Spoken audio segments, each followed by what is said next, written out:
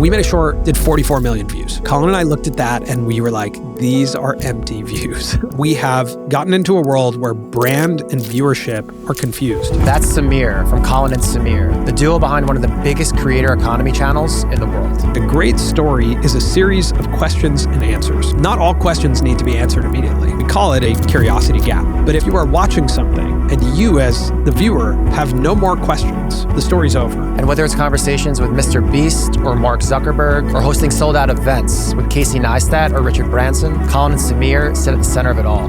YouTube is not a video platform, it's a click and watch platform. Knowing how to position yourself, that can change your business completely. We go deep in breaking through in today's attention economy, what most people get wrong about the future of media, and why losing his dream home in the Palisades Fire changed everything. I'm on stage with Kevin Hart and my phone is buzzing. I pull out my phone and there's a video of my house burned down. What a lesson that I chased money for a long time. Then I took all that money and I built a house and it burned down. What a metaphor.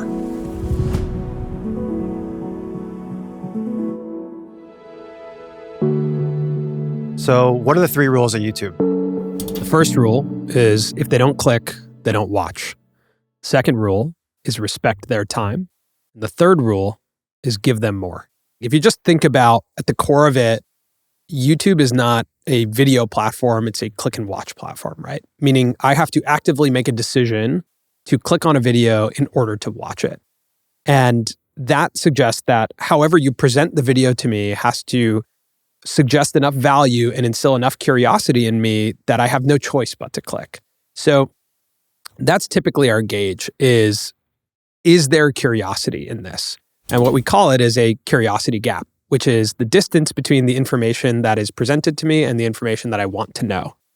So a great example of this, one of my favorite thumbnails on YouTube is from a creator named Veritasium. And he's standing in front of a sea of black balls. And the title is, why are there 96 million black balls on this reservoir? And I think it's just like a great example of like,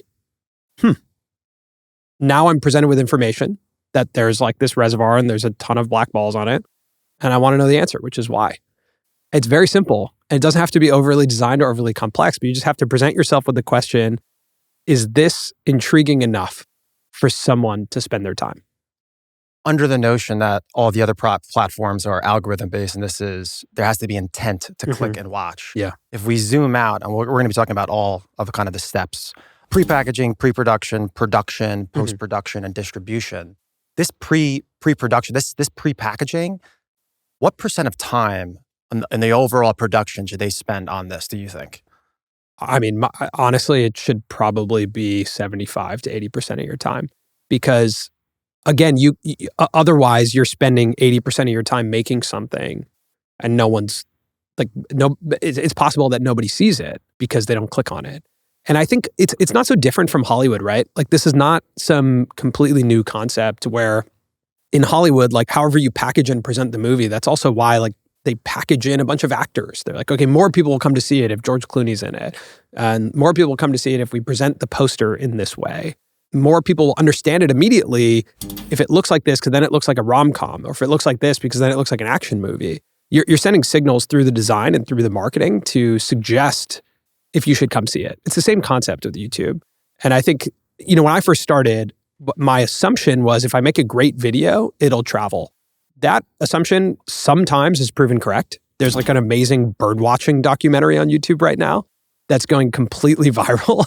And it's because it's just good. It's the 4th video on this creator's channel.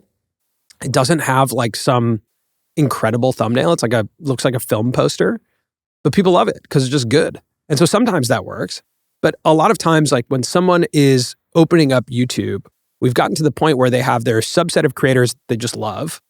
And to veer off of that is pretty challenging. And so you're trying to pull someone and suggest to them that this is a good use of their time or like that you're going to take care of them through your packaging. Yeah, we have yet to have any video get escape velocity where we didn't look at the pre-packaging and be like, wow, like we nailed it on that. Totally. And we're only like 20 videos in. I mean, you're a gazillion videos in. Like how rare is that? It's like probably 0% chance that if it's not a good title and thumbnail, you're going to get the views, correct? It's getting more rare, I would say, largely because like there's an abundance of choice. And when you live in a world of like an abundance of choice, then to stick out is really hard. And I think the other thing to understand about YouTube is that it's a recommendations algorithm. So even with this show, the reality is for someone to discover this show, it's likely that they're watching a show prior to it, or they're watching a video prior to this. And then this thumbnail is showing up on the right side of their frame, right? So like that's suggested content. That's how most content gets discovered, is through either browse, which is like opening up YouTube and just having a bunch of thumbnails, or suggested, which is like I'm watching a video and then on the right side of the frame, or if I'm on mobile underneath, there's a bunch of other videos. And so if I'm watching a video, and so let's say with this show, I'm into business podcasts. I'm also into like very cool aesthetics. Then when I see your thumbnail, I'll be like, oh, okay, that looks like something I'd be into, and I'll give it a shot. But it has to fit into a category and a genre on YouTube.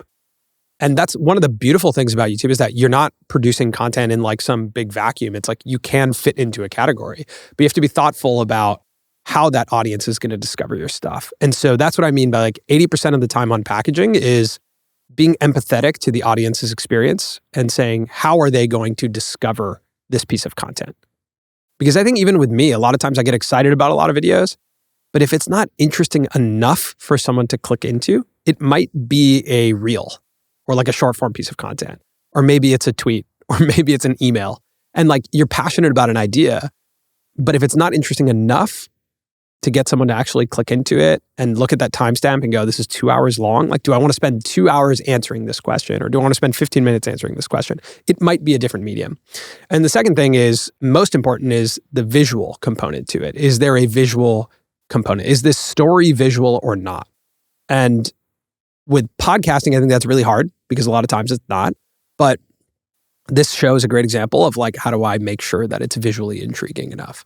And that wins way past YouTube for everybody listening. And I think just for YouTube to further inform, you are the Yoda of YouTube. So I just want to make sure everybody listening, a lot of people like know little to nothing about YouTube.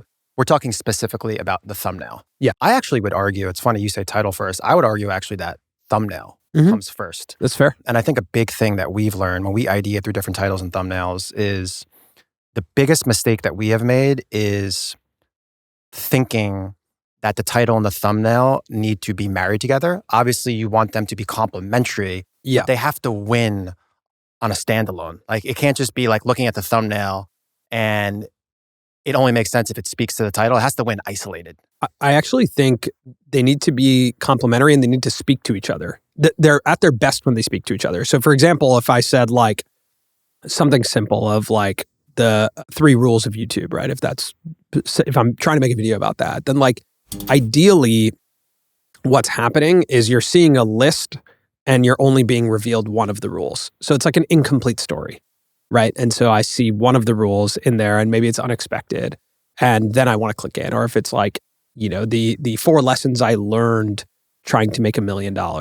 And it says like lesson 4, don't sell anything. And you're like, what? Counterintuitive, the curiosity gap. There's a bit of a curiosity gap there, but you're also in the middle of a story or in an incomplete story. So they can talk to each other. Like the worst thing you can do if you're making YouTube videos is to like have a video called The 3 Rules of YouTube and then in the thumbnail write The 3 Rules of YouTube, because that's wasted space now. You're telling the exact same story in the title and the thumbnail. Valuable real estate that you want to use. That you want to use to open up the curiosity gap, to make it bigger, not necessarily to close it. I think a lot of times people close it with the title and thumbnail, right? Like, let's say you made one that was like, an update from me. That's the title. And then in the thumbnail, it says, I'm done making videos. Some people do that where it's like, okay, now I got the story from just looking at the title and thumbnail. I can move on. I don't have to click into the video. Yeah, for the people listening, there's a lot of people on the business side. And I think both of us, are doing a lot for kind of the business community to help them understand the creative side and the YouTube side. Formerly, when we had a podcast, I look back and our thumbnail, bro, it would just be like, 01 Samir, like, and it would just say the names and it would not create any curiosity gap. Like for people out there that are doing podcasts or behind the scenes stuff, to just say like 01 behind the scenes from this shoot, that does nothing. Well, I think you have to like break down, like one of the things we do, and you probably do this for customers, but one of the first things we do when we're launching anything new, or even when we're looking at a video, is break down on a sheet of paper 3 columns. On the left, we write identities. Then in the middle, we write emotions. And on the right, we write actions. And so identities, for example, is like, who am I trying to reach? who is this for? It's your ICP. Yeah. Who is this for? Like, who's this piece of content for? And for us, like when we started, really getting into a flow was when we recognized like we were just making stuff for our younger selves or even for ourselves. We were struggling to figure out how to make YouTube work both creatively and from a business perspective. So we were like, okay, it's us, it's aspiring creators. And then as we started building, it was like, okay, it's also professional creators because they want to hear other professional creators talk about this. And then, there's people who work in the creator industry. So those are our identities. Then like emotions, what do we want them to feel? Okay, we want them to feel educated. We want them to feel empowered. We want them to feel less alone, a sense of community. And then action. Okay, that's where we came up with this term press publish. We want them to feel like they are educated enough to go press publish on their ideas. We want them to feel empowered enough to build a business on YouTube. And so when you build into that and you recognize that operates as a filter for everything you do. And I'm bringing this up from a packaging perspective because, you want to make sure that whatever that is that you want to do, whoever the group is that you want to reach, the emotion you want them to feel and the action you want them to take, that's communicated through everything you do. It's not a bad thing if like 2,000 people are watching your YouTube videos. That's not a bad thing, so long as that's part of like building a tight-knit small community is an outcome that you're totally fine with. It's so funny you say that because Sean from Ridge said the more views, the worse the video because they know their TAM is so small and they want a small, sticky audience to get value from it. It's so funny you say that. Like Sean is a great example of like, he doesn't need to reach anyone. He needs to reach the right people. And so I think YouTube is an amazing platform if you're a business owner. I don't think there's another platform, YouTube and podcasts, I would say, is where you can build depth with a community and with an audience. And I think we get into a flow where like our assumption is that we need millions of people watching because that's what we see and that's what we aspire to. But like you can build a tight-knit community. The assumption on what you said of someone putting a like episode 001 as their thumbnail, it doesn't really respect the concept that the audience has so much choice. It immediately has almost like an entitlement to it that's like, I made something, you should watch it. Whereas my suggestion through my packaging has to be, what are you going to get from it? Right. And so that's, I think, like the most important is like breaking down those identities, thinking of those emotions, like what am I giving you? What transformation am I giving you in this episode? To further riff on that too, I think same thing going back from a business perspective and creative, you want to hone and have a stronger relationship with your current audience, but then you want to get a net new audience. Sure. So that 01, whatever it is, maybe your current audience is following your YouTube subscriber, they're watching everything, but you're going to get 0 net new people. Yes. You have to get new people to grow your channel. Yes. Yeah. And people, that's like the most simplest way to break down why that doesn't work. Exactly. Yeah. And you have to, at a glance, communicate value and communicate why I should invest my time. Like if we just imagine it as a investment opportunity, right? If I'm like, hey, I have an opportunity for you to invest your time in my video, then I need to suggest pretty quickly what the return on that investment could be, right? And that's extremely important because people have less and less time now. And so you are suggesting to them that they should invest their time with you. Riffing off of that, less and less time, more and more options, you can argue that going more deep and more narrow with a specific community will reap better results. Personal question. I laugh all the time. It's almost like a consulting session I get here. Mm-hmm. On the identity side, like us, we're still finding ourselves and we're like, just radically curious. And obviously this creator economy is new for me. I've been in it for less than a year. We're speaking to, I always say, marketers, operators, and creators. Awesome. Do you think, is that the wrong route to go where this kind of identity, emotion exercise that you're going through, can it be different on a per episode basis? Or do you think it needs to be holistically one thing and the same for every episode? It can be. I would say though that like you need a core community because that third rule of YouTube of give them more. I think like the fastest way to grow a show or a channel is to have someone watch more than one episode, right? Just to put it in simple terms. And I think that if I see one of your episodes and I click into it and it's like, now it's not for me, now it's for a completely different audience, then I start to lose that relationship with you. So that's the only thing is that like, I think, who is this for and why do they watch are two important questions to answer. And if the answer to that first question is who is this for? It's for marketers and business operators. That actually is a different audience than I think creators. And they can overlap. Is it creators who are business operators or is it marketers who want to be creators, right? Like I think Getting more specific is better. I think we're ultimately serving the marketer and the operator. And I think I'm bringing on creatives as guests because they can inform the marketers and operators about the creative process. That's great. Which I am just so interested in because I've been an operator. Yeah. And like when I heard about like how you guys run your business and all these creators, I'm like, this is super interesting to me. And I just think that the operators don't even understand how beautiful the economics and life of the business that you guys have is. Yeah, it's great. People don't know. I want to dive back into titles and thumbnails just to give people more context. How many different title and thumbnail variations do you guys typically test when you're launching something? Now that YouTube has ABC testing, right? You can test 3 different titles and 3 different thumbnail options at a time. We probably test 12 on each video. Wow. I would guess, right? Because we make like 3 conceptual variations, right? So like 3 kind of different layouts, and then we have 3 to 4 different text on screen for each of those. Interesting. So those, like for us, that's kind of how we test. Now, sometimes we just do 1. If it's like, we have a video that's coming out soon that's just kind of updating people on what our life has been like since the LA fires, because we made a video about our homes burning down earlier this year, and we have not spoken directly to the audience. Beautiful thing about YouTube is like you can upload wherever you want. If I want to talk to the audience about that, I can talk to the audience about that. And so like that's not going to have 12 different thumbnail variations. It's just going to be kind of a screen grab from it because that's not for everybody. That's just for the people who care about it. For people listening, we are definitely going to get into that later in the episode. Stay tuned. I know I just dropped a... Yeah, no, that's a fairly big one. We're going to get into it. I want to dive deeper into the 12. So how we do it, to give you context, is we'll start with 1 title.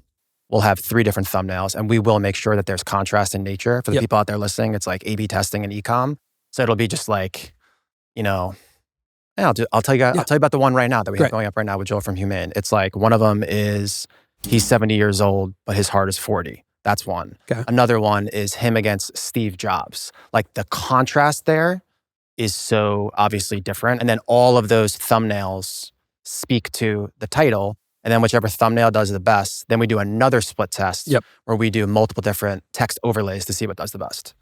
What's your thoughts on that? My only thought is like the one that's focused on longevity, that probably will attract a new audience. I would just say, whatever is most representative of the audience you want is the one that you hope wins. Does that make sense? Yeah. And you almost don't want to test the ones that maybe bring in a ton of new audience, but it's not the audience you want. Like a hardcore, like Andrew Huberman longevity audience, they might not carry with Open Residency for the long term. Maybe a couple of them will, but it depends on what your outcome that you want is, right? Like if it is clear cut and you want to communicate that like who this is for is marketers and business operators, then it may be ideal for you that the Steve Jobs one wins. Hopefully that wins. And if you're like, hopefully that wins, then the question is like, do I even want to test the other one? Like even if it gets me more viewership, is it the right viewership? And again, depending on the outcome you want, like if it's just like learn and get the biggest audience, then yeah, test all of those and see what sticks. But it might inform you and shape the show, right? Like if all of a sudden longevity becomes a big topic, like are you open to this show going in that direction? And that kind of depends on this, where you sit as a creator of like, what is the outcome I want? And do I have conviction in my perspective? And I'm okay with the group of people that want my perspective to listen to my perspective? Or do I just want the largest amount of people to hear me? Yeah, understanding and knowing what you want is huge. I mean, for us, we always want to, let's just say every 4th or 5th episode, or when looking at, holistically the amount of minutes, we want to try like a new segment. And we had never done like work-life balance with Nate Checketts from Roan. And we looked at the curve spike. Everyone loved that. And then that further informed us to get more guests. So I do think you need to have a balance and take at-bats into new stuff. I also think Chris Williamson does an amazing job as a podcaster on YouTube. One thing I love about Chris Williamson and what he does is that he occasionally will post a vlog on his channel, and he'll also occasionally post like a Q&A that's just him direct into camera. And I think as you start to grow, those are 2 things that may underperform, but will build a lot of depth with your community. Stickiness, that 1,000 true fans are going to come through that. And I think that for the future is really important, because in a guest-based show, if there's anything I've learned is that don't make yourself replaceable as the host, right? If you're betting on guests, then, let's say Robert Greene, great example. That's a great episode. Thank you. But when Robert Greene goes on another show, do those people just go over there or do they stay here? And I think exploring how you can inject more of yourself into the show is important. Yeah, that's been a really, really hard exercise for me. I mean, we looked at the earlier episodes. I was way less. I'm starting to become more and more myself. Like you even know, like we're friends off camera. Yeah. I'm a little bit more. Yeah, this is not you. I have no idea. No, I'm kidding. No, literally, I'm a little bit more like wild and funny. Like my fiance is just like, you have to loosen up a bit. But for me, it's just like there's value, there's entertainment, there's both. And for me, the key cursor is all about value because for me, I am obsessed with podcasts with value. So for me, I'm making this for myself. Right. So for me, I'm going to prepare and I'm going to ask the questions that I want to know. So for everybody out there listening, I will loosen up over time. And we are going to start doing other like talking, cool. Talking to camera videos and some vlog type stuff. One more question on the titles and thumbnails, because it's literally something that we were going over yesterday, is you said it like, I don't want to trick people into clicking and then they don't get what they expect. But what is your thesis on, for everybody out there listening, I think if you understand and know title, thumbnail, and make the first 10 seconds of the video reflect the title and thumbnail, I already think that you're winning the game. Yes. What happens when the second 20 minutes into the episode is when the real meat comes and you make that one of your title and thumbnail options and the first 20 minutes is not that? Like, do you just think that that can't even be an option for your title and thumbnail? It can be. I would say if you build like a montage and suggest that that is something that is coming, for sure. But it depends on the expectation, right? Like a podcast has very different expectations than a face-to-camera hosted video, right? Like if the timestamp is 2 hours, I'm going into, that's a part of your thumbnail, the timestamp, right? Yeah. That communicates something. So like I have very different expectations. So my belief is that, that second rule of YouTube, respect their time. The first thing you have to do, like you said, is within the first 7 seconds, you have to confirm my click. So if that moment comes 20 minutes in, then that should be the first cold open moment in the podcast. I should click in and the first 7 seconds should be reflective of what I just clicked on. The next kind of 20 seconds, I think the goal is to make it personal. So basically show me why this experience is unique to you. What's like the vibe of this? Is it, again, more value packed? Am I going to get like a ton of value out of this? Is it a fun hang? Is it comedy? What is this, right? And then the final 10 seconds of that 30 seconds should be about opening a new loop. So in podcasting, oftentimes this happens in a supercut where like the last thing is some question that you really want the answer to that is left unanswered. And so opening a new loop means I didn't know that there was going to be this discussed in this episode, but now I want to know. That buys you more time, I almost feel like. And that second part of it, it's almost like a rehook, you're saying? It's a rehook, yeah. And I think from there, again, podcasting I find to be very different. But if you're telling a story in a documentary form or host to camera, like I think you earn attention in 10 to 20 second increments. Are you actually keeping me along, telling me a good story? Are you opening up more loops? Are you making me interested? A lot of that is just like core storytelling principles that earn attention over time. Makes sense, yeah. And I don't think you can assume at any point in a YouTube video when you're making a video for YouTube that you have earned the audience's full attention. Yeah, I think at any point, if you tail off and you start going into a tangent, it needs to be cut. We are absolutely ruthless in how we cut our episodes. Ruthless. Unless that's the expectation of the show, right? Andrew Schultz, Flagrant, like a comedy podcast, I'm completely fine with a tangent because it's comedy and those guys are funny and that's the value proposition of the show. And that's totally fine. That's why in the Oren episode, we went deep into it.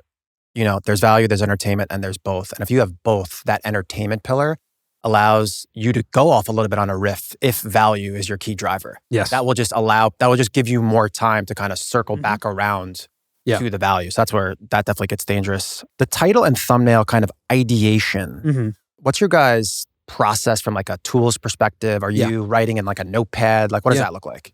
Yeah, I would say like when we are at our best, we are writing titles every day. And I think brainstorming is a practice. And I think it's just like going to the gym or anything else where if you say, no matter what, I will write 10 ideas a day, I guarantee you will get better at writing ideas. Most of those ideas will be shit. But after a week, you'll have 70 ideas. And one of them might be like, that's really good. But the other thing that process does for you is it teaches you what's a bad idea and what's a good idea. You just go through the process. And so the ideal scenario is that you have some sort of like titling framework, right? So let's say when we were, probably at our most consistent, almost all of our episodes were titled An Honest Conversation With or An Unfiltered Conversation With. That's amazing because now I have the beginning of a title and I write 10 ideas of who we could have that conversation with. This goes back to just template and formats and something that's duplicatable. Formats are amazing. Or like, let's say I'm, Ryan Trahan or Michelle Carre is a great example. She has a show called Challenge Accepted on YouTube where she takes on, a different challenge. And basically the beginning of every single title is I tried blank. So she tried Butler Academy. She recreated Tom Cruise's most insane stunt of hanging off of an airplane. So like she can just write I tried and then fill in the blank 10 times a day. Easy brainstorm session there. Yeah. Just like exploring your own thoughts. And I think that's like a lost art of just this like analog process of I'm a big like pen and pad guy with this. Now you can also use tools that are available to you. Like you can open up ChatGPT, or yesterday Colin and I opened up Microsoft Copilot and we were like, the insane thing about being a creator is you can go pitch me 5 ideas for Colin and Samir. And you immediately get ideas pitched to you. And then you can build off of those. And you start building, using inputs. But I would say like the most important thing as a creative is like you take those inputs and then you like step away for a second and just like learn the process of writing your ideas. We have a program called 50 and 5, which is like we send you a video every day with a prompt and your job is to write 10 ideas. And by the end of it, you have 50 ideas. It's 5 days. Each video is like 1 to 3 minutes. By ideas, you mean titles, correct? Titles, yeah. Ideas and titles for us on YouTube are interchangeable, but yeah, you're writing titles. And we give you different frameworks like to brainstorm within just to get your mind thinking. So you could do like a versus title, right? Like a $1 versus $100 X. Like what are you doing a comparison? And it's just to get you thinking and exploring what a good title is and what a good title isn't. We're going to link that description down below. That'd be awesome. Yeah, just understanding and knowing the verses, the split screen, the master class of like understanding and knowing all of those templates. Well, it's just muscle memory that you can understand all the options. If you're serious about YouTube, you have to spend a lot of time on YouTube. You cannot be like, I'm going to make YouTube videos, but I'm not going to watch YouTube. And if you don't watch YouTube, I don't think you should make YouTube videos. Like you have to dig into this. It's a community of people on this platform. There's a language to it. You'll learn a lot just by screenshotting great titles and thumbnails or things that stick out to you where you're like, oh, that's cool. I like that. And I'm going to screenshot. You're basically like building like a Pinterest board of what you like. And that's where taste comes from. Like taste comes from pulling all this stuff together. A lot of people think more in like, it's more fun to operate and like go, okay, we're going to make this. We're going to do this by this date. We're going to get this edit done. I think we have to leave room for just like thinking and exploring and being inspired because otherwise you're going to make something that's kind of commodified. It's so funny you say that because we talk all the time, our team, just about like, I have one day a month. It's called a think day. Yeah. Where I'm just not on my phone and I'm just thinking. It's amazing. And I'm actually curious to know, like our stack on our side is Google Docs, Notes, ChatGPT, Poppy AI is another good one. 1 of 10 is another good one. How has it changed for you? You have all of these tools at your disposal. And I would imagine 6 years ago, it probably was only the notebook. Mm-hmm. So have these tools made you better or worse in this ideation process? That's a great question. That's a great question. I would say that I'm still at my best with these tools, with a pen and a pad. Wow. I'm still at my best here. And a lot of that is because I went to film school. Like I enjoy being a creative. I didn't know you went to film school. Yeah. Like I got into this to become a filmmaker. I didn't get into this to become, like a business operator. I think what's challenging is like, there is a lot of qualitative metrics that feel really good. There's like a dopamine hit to getting something done, to being like, I have all these things on my list, I'm going to get them done, to making money, to getting viewership, to setting a goal of subscribers and hitting it. Like those are all very quantifiable, very fun metrics to hit. Dangerous game. But the qualitative side of it of just like, I'm going to think for a day and maybe nothing comes out of it. It actually gets very hard when you become addicted to those metrics. So the LLMs, ChatGPT, Copilot, Gemini, like they are so effective at doing things fast. And it actually was really confusing for me in the beginning where we used to sit in a room and just have 4 people, me, Colin, and a couple other people just think about ideas. And over time, we recognized like as LLMs came around, it's like, well, I can just ask for 10 ideas and That's a more efficient use of time. And I think you have to balance like... It has to be a healthy balance. It has to be a balance where I can't say that when we first got access to GPT, I didn't go like completely nuts exploring this thing and being like, pitch me 10 ideas. Bro, like, you should have seen us in the beginning of this, man. It was... Never the seen amount of like over prep. I mean, bro, I have 5 pages. What did I start with? 10 pages? These guys thought I was crazy. And then Tyga told me that you are like 10 questions, 1 page. You're a psycho for that, by the way. Why? No, for me, I need to like over prepare. This is a serious situation going on right here. Now I got to make sure I got aces in the hole just in case. Yeah. I would just go with, at that time, like, what are the 10 questions I want to ask? And actually, I would just go, what are the 3 questions that I'll be mad at myself if I don't ask? And that's the only pressure I'd put on myself, because it's a conversation.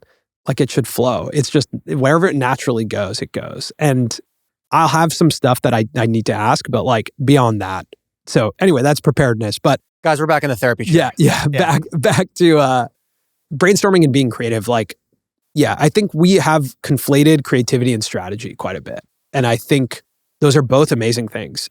Strategy is just like a little more fun and a little bit easier to wrap your head around. Creativity is very nebulous. It's very irrational. It's very open-ended, and amazing work comes from it. But 90% of the time, nothing comes from it. And I think that's like a very scary thing when you're a business operator. Guys, this episode is sponsored by ManyChat, the tool that is quietly powering all of those comment to DM posts that you guys are seeing across Instagram. I am personally a power user of ManyChat. I absolutely love it. I use it for my personal brand, the podcast, and Iconic. When we started using it, Iconic was doing 8.5 million impressions a month. We're now doing over 20 million impressions a month. It boosts engagement. It drives more reach. It allows you to collect emails and segment them with crazy precision. In short, you create a customized experience and you can collect data. They're Meta's official business partner, trusted by over 1 million accounts, and it's free for your first 1,000 contacts. The link's below in the description. Start turning your comments into conversations. When I look at the pre-production, the pre-packaging, pre-production, production, post-production, and distribution, when I look at all of those, I think the ones that are most, people neglect pre-packaging and then distribution. Yes. Everyone, they get it done and then they're like, what's the go-to market? And I think that's something that we've thrived with that everyone forgets about. Yeah. You guys have done a great job of recognizing that. Like, I truly believe that the modern podcast, the podcast of 2025 and 2026, is built for Instagram first. Truly. Like, I think that is how podcasts are being built right now. This bodes well for us. Keep going. It does. Keep going. Yeah, but I think let's look at the number 3 podcast on the charts right now. It's Subway Takes with Kareem. Subway Takes is a short form show where Kareem, the host, sits on the subway and turns to someone and says, so what's your take? And it's super shareable because it's built for Instagram. And then, the long form versions of that, which is like 15, 16 minutes, go up on Spotify, and Spotify has video now, and that has now become the number 3 podcast. And that's crazy. But it's because a piece of content on Instagram is a unit of conversation, right? So like for a piece of content on Instagram to do well, it means that it was sent in the DMs a lot. And so if you're making something where like there's something that we're talking about that maybe gets posted on Instagram and a lot of people share it with other people, they're like, man, check this out. Man, this is a great framework. Man, I really felt what this guy said. Now that can travel. Very different from YouTube or Spotify. Like, when was the last time you pressed share on a YouTube video? No, it doesn't happen, right?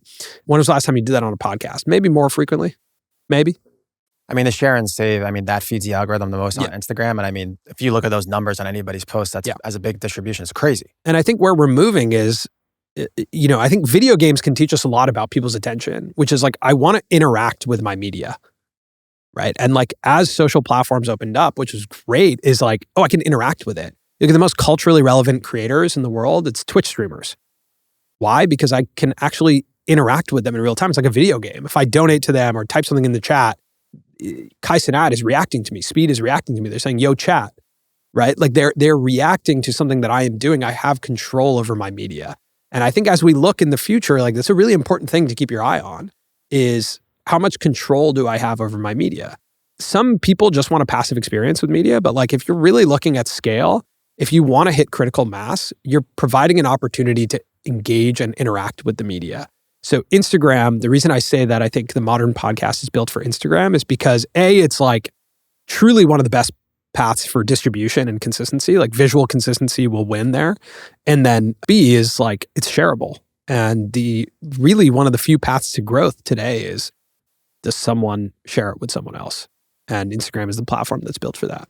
I also think it's a good balance of being able to get stuff up very, very fast and do more kind of longer evergreen stuff. Like YouTube, if something happens 5 minutes ago, it's probably not going to be on YouTube right away. It'll be on Instagram right away. Yeah, but it'll be on Twitter first, and it'll be maybe if someone's live on Twitch, it'll be there first. So like, yeah, I wouldn't even try and win that game, the breaking news game, or like the be first game is a be first game. I would not try and win that game. I would try and be better always. Yeah, I mean, for us, we're not focusing on anything in the here and the now. We want everything to be evergreen principles, strategies, so they live forever. Because I'm mind blown by the long tail on YouTube. It absolutely it's insane. Blows my mind. And they could randomly pick up velocity. Like, and again, we're less than a year in, but we've seen videos. The long tail is absolutely crazy. And that's not the case with anything else. Yeah. It's really not the case with anything else. Like YouTube is a library. When you complete a video on YouTube, the visual I always have is that you are putting a book on a shelf in a library. It's going to live there forever. And you're right. Someone can walk into the library and pick up that book 5 years later and enjoy it. And I think that's like one of the most incredible things is like building a catalog on YouTube. There's no other platform like that.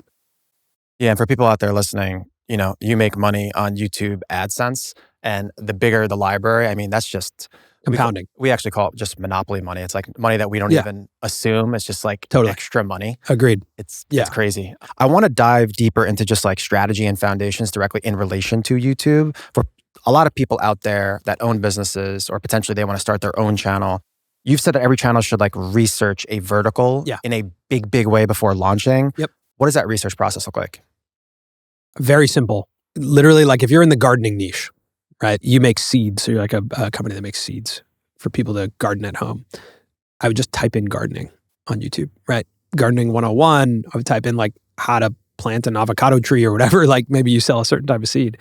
And then I would just look for every video that has like 100,000 plus views and then 1 million views. And then like we have a very simple niche audit system, which is just like a spreadsheet. And basically you're going to put the title, the thumbnail. So you're going to screenshot the thumbnail.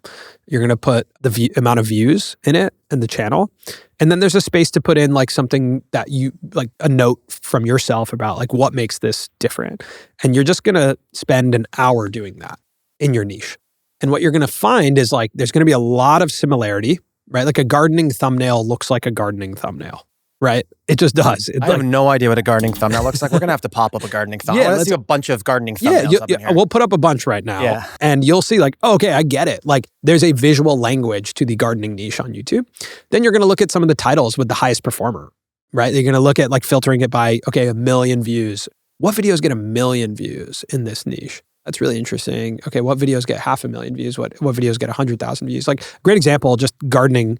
I have to give a shout out to Epic Gardening. He's an incredible entrepreneur, built an amazing business, and he's got this video that's 11 crops to grow in September.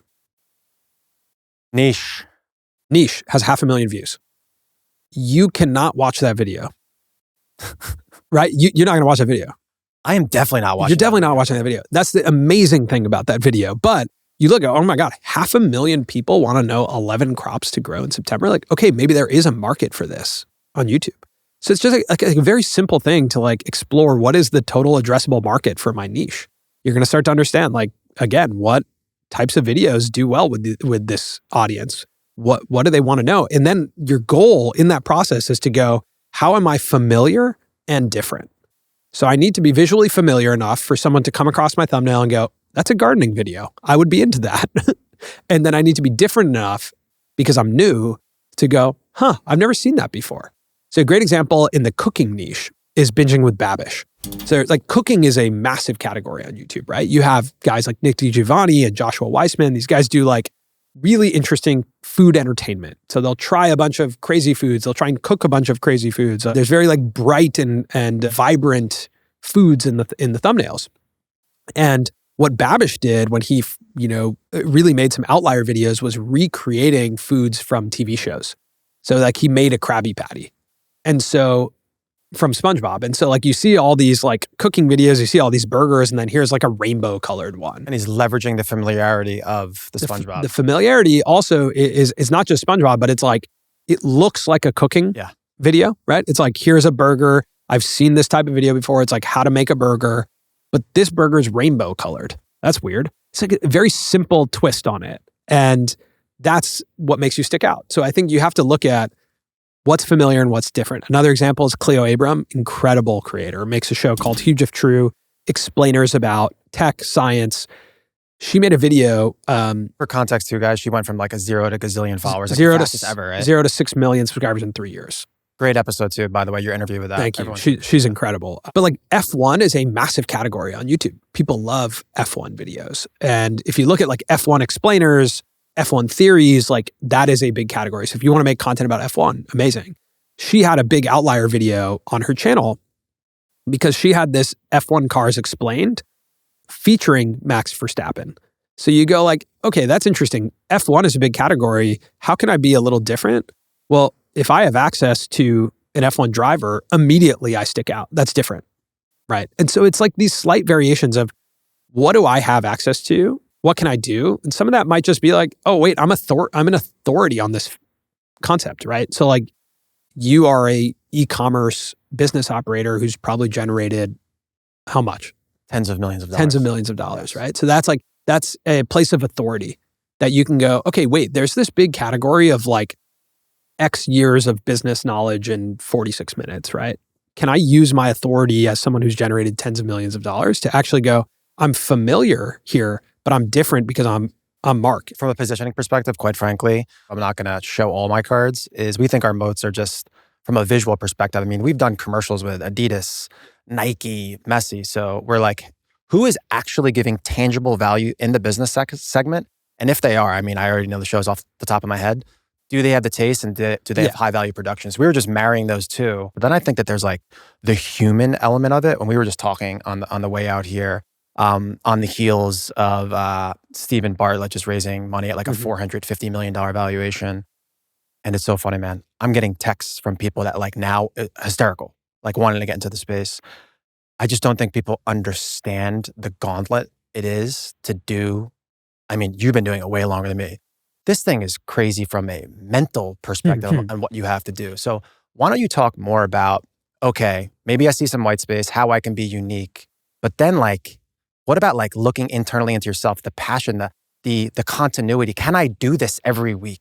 Like, what are the types of questions that you have to ask yourself to say, this is the good investment for me? Yeah. Well, first I'll tell a quick story of like, I've spent a lot of time with Mr. Beast, obviously biggest creator on YouTube, one of the biggest entertainers in the world. And when he launched his chocolate brand, Feastables, I've spent time hanging out with him in Greenville, North Carolina, where he's from. And like in the off times, like if he has like an hour of off time, we would get in his car and just drive to Walmart's and he would just look at the candy aisles, just walk up and down them, look at what they looked at. Like he would just look at the packaging, look at the setup, look at how much inventory was left in each box, look at how people were walking down the aisle. And it's an obsession. Yeah, it's an obsession. And it's an obsession in the way that I look at it as like an athlete, right? Like, an athlete's going to be good if on their off time, they enjoy playing their sport. I agree with you. And so that's like at the core of it. Marquez Brownlee said this to us. He said, being a professional YouTuber is like, think about it as being a professional basketball player. If you enjoy shooting hoops by yourself in a park, you probably can have enough passion to make it to the NBA, right? Like you enjoy the game enough to make it to the NBA. So I think when it comes to YouTube, like if you enjoy this process enough, if this is like a sport to you and you love it, and in your off time, you're thinking about it and you're trying to get 1% better because it's fun, you can probably have a career as a creator. If it's like pulling teeth or you're kind of like, God, like, can I just batch shoot everything and then like... Oh, I hear that all the time. Like how can I make this more efficient? Whenever I hear that, it's like, okay, maybe it could work, but like if you're not into it, you're not into it. It's the Gary V. It's the scale the unscalable in conjunction with the efficiency. Yeah, it's just, so that's like the human side of it is like, are you into this or not? And I think you have to just be honest with yourself. And I think you have to take a step back and look holistically. I love everything about this except one thing, and we joked about it right before we came on camera. I love that I could talk to you about this because it's just like you come in. The only thing I don't enjoy is when I went to the bathroom right before I came. Yeah. From the time I'm in the bathroom and I'm like, oh shit, I'm about to start. It's like a cold plunge. Yeah. So like the 5 seconds, the 4, 3, 2, the 2 seconds, the 1 second before we start, I'm like, ugh. Sure. And then the beginning until you get to a spot where we're now flowing. You outside forget of that though, I feel like I'm an athlete in the sense that these guys will attest to this. One episode I didn't watch. I watch the old episodes because it's like it's game tape. Yeah. I need to see what it looks like so I can get better. So I think that this game is getting way, way more saturated unless you're obsessed with every single element of the process. Mm-hmm. Like when you say things, I'm already thinking in my head like short form, teaser, trailer, hook. Yeah. Like I wasn't how I'm thinking now in the first episode. For sure. I keep getting better and better and better. So I just think that you have to be obsessed with it. You have to love every element of it, the good, the bad, and like there's just a massive amount of sacrifices to do this. So but even those nerves are pretty similar to an athlete. Yeah, 100%. If an athlete's not like a little bit, nervous, and I don't think it's necessarily actually just like full nerves. It's like there's an excitement in your body to do your thing, to do your craft. And like that's what's happening in those few seconds. You're like, I'm about to do the thing. Like I'm doing the craft. Like, do you ever play sports? Yeah, I did. I never once didn't have a pit in my stomach before a game.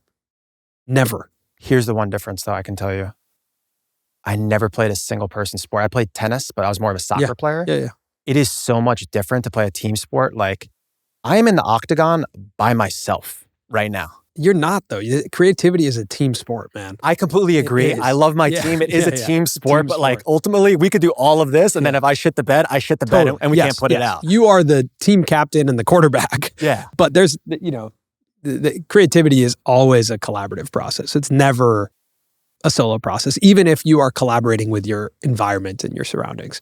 I would say another piece of advice for people listening that do podcasts, that this is what people don't understand. And my performance, quote unquote, is going to fluctuate probably, let's just say up to 20%, depending on how much I know about the topic, our familiarity. Our chemistry. Our chemistry. Yeah. But like, if the person across the table, he or she is not good, you cannot put together a good episode. True. So you have to pick very, very wisely who you put across the table. Yeah, actually, something that we started doing was just pre-calls to understand chemistry. You got to do pre-calls. You just have to understand even how someone talks. Because some people, I'm probably guilty of this. I'll speak for a long time, right? Without stopping. And so you kind of have to know that of like, am I going to interrupt him? Am I going to wait for him to pause? What's my cadence of questions? What's my cadence? Is he going to go on a tangent in the middle of a sentence so I actually have to change topics after? Do I need to pull him back? And you can gather that from like a really quick pre-call or conversation like we had before this. Yeah, I would say, man, the 4th episode, I'll just say it, fuck it. Nate from Roan, very minimal text conversation. I get it, he's busy. And he just pulled up when we started. And I'm just shooting in the wind. Yeah. And now what I'm seeing, we're getting to that next layer where we're starting to get guests like you, huge guests. We have some, Joe Rogan type guests coming on. And I'm traveling far away. And I'm like, hey, some of these go like up to 3 hours. Yeah. And they're just like 90 minutes on the dot, this time, no pre-production call. Yeah. So the bigger that you get, the less that you get. And I think it goes back to a bell curve. When you start, you don't have leverage. So they're like, who are you? I don't want to talk to you first. Luckily, I had like a little bit of leverage in the marketplace as like a business guy. And then you kind of get that. But then when you get to the big guests, like the time is the time. And if they don't want to talk, they don't want to talk. But you also then have to evaluate, is that your show or not? Because like we have said no to guests who have a heart out.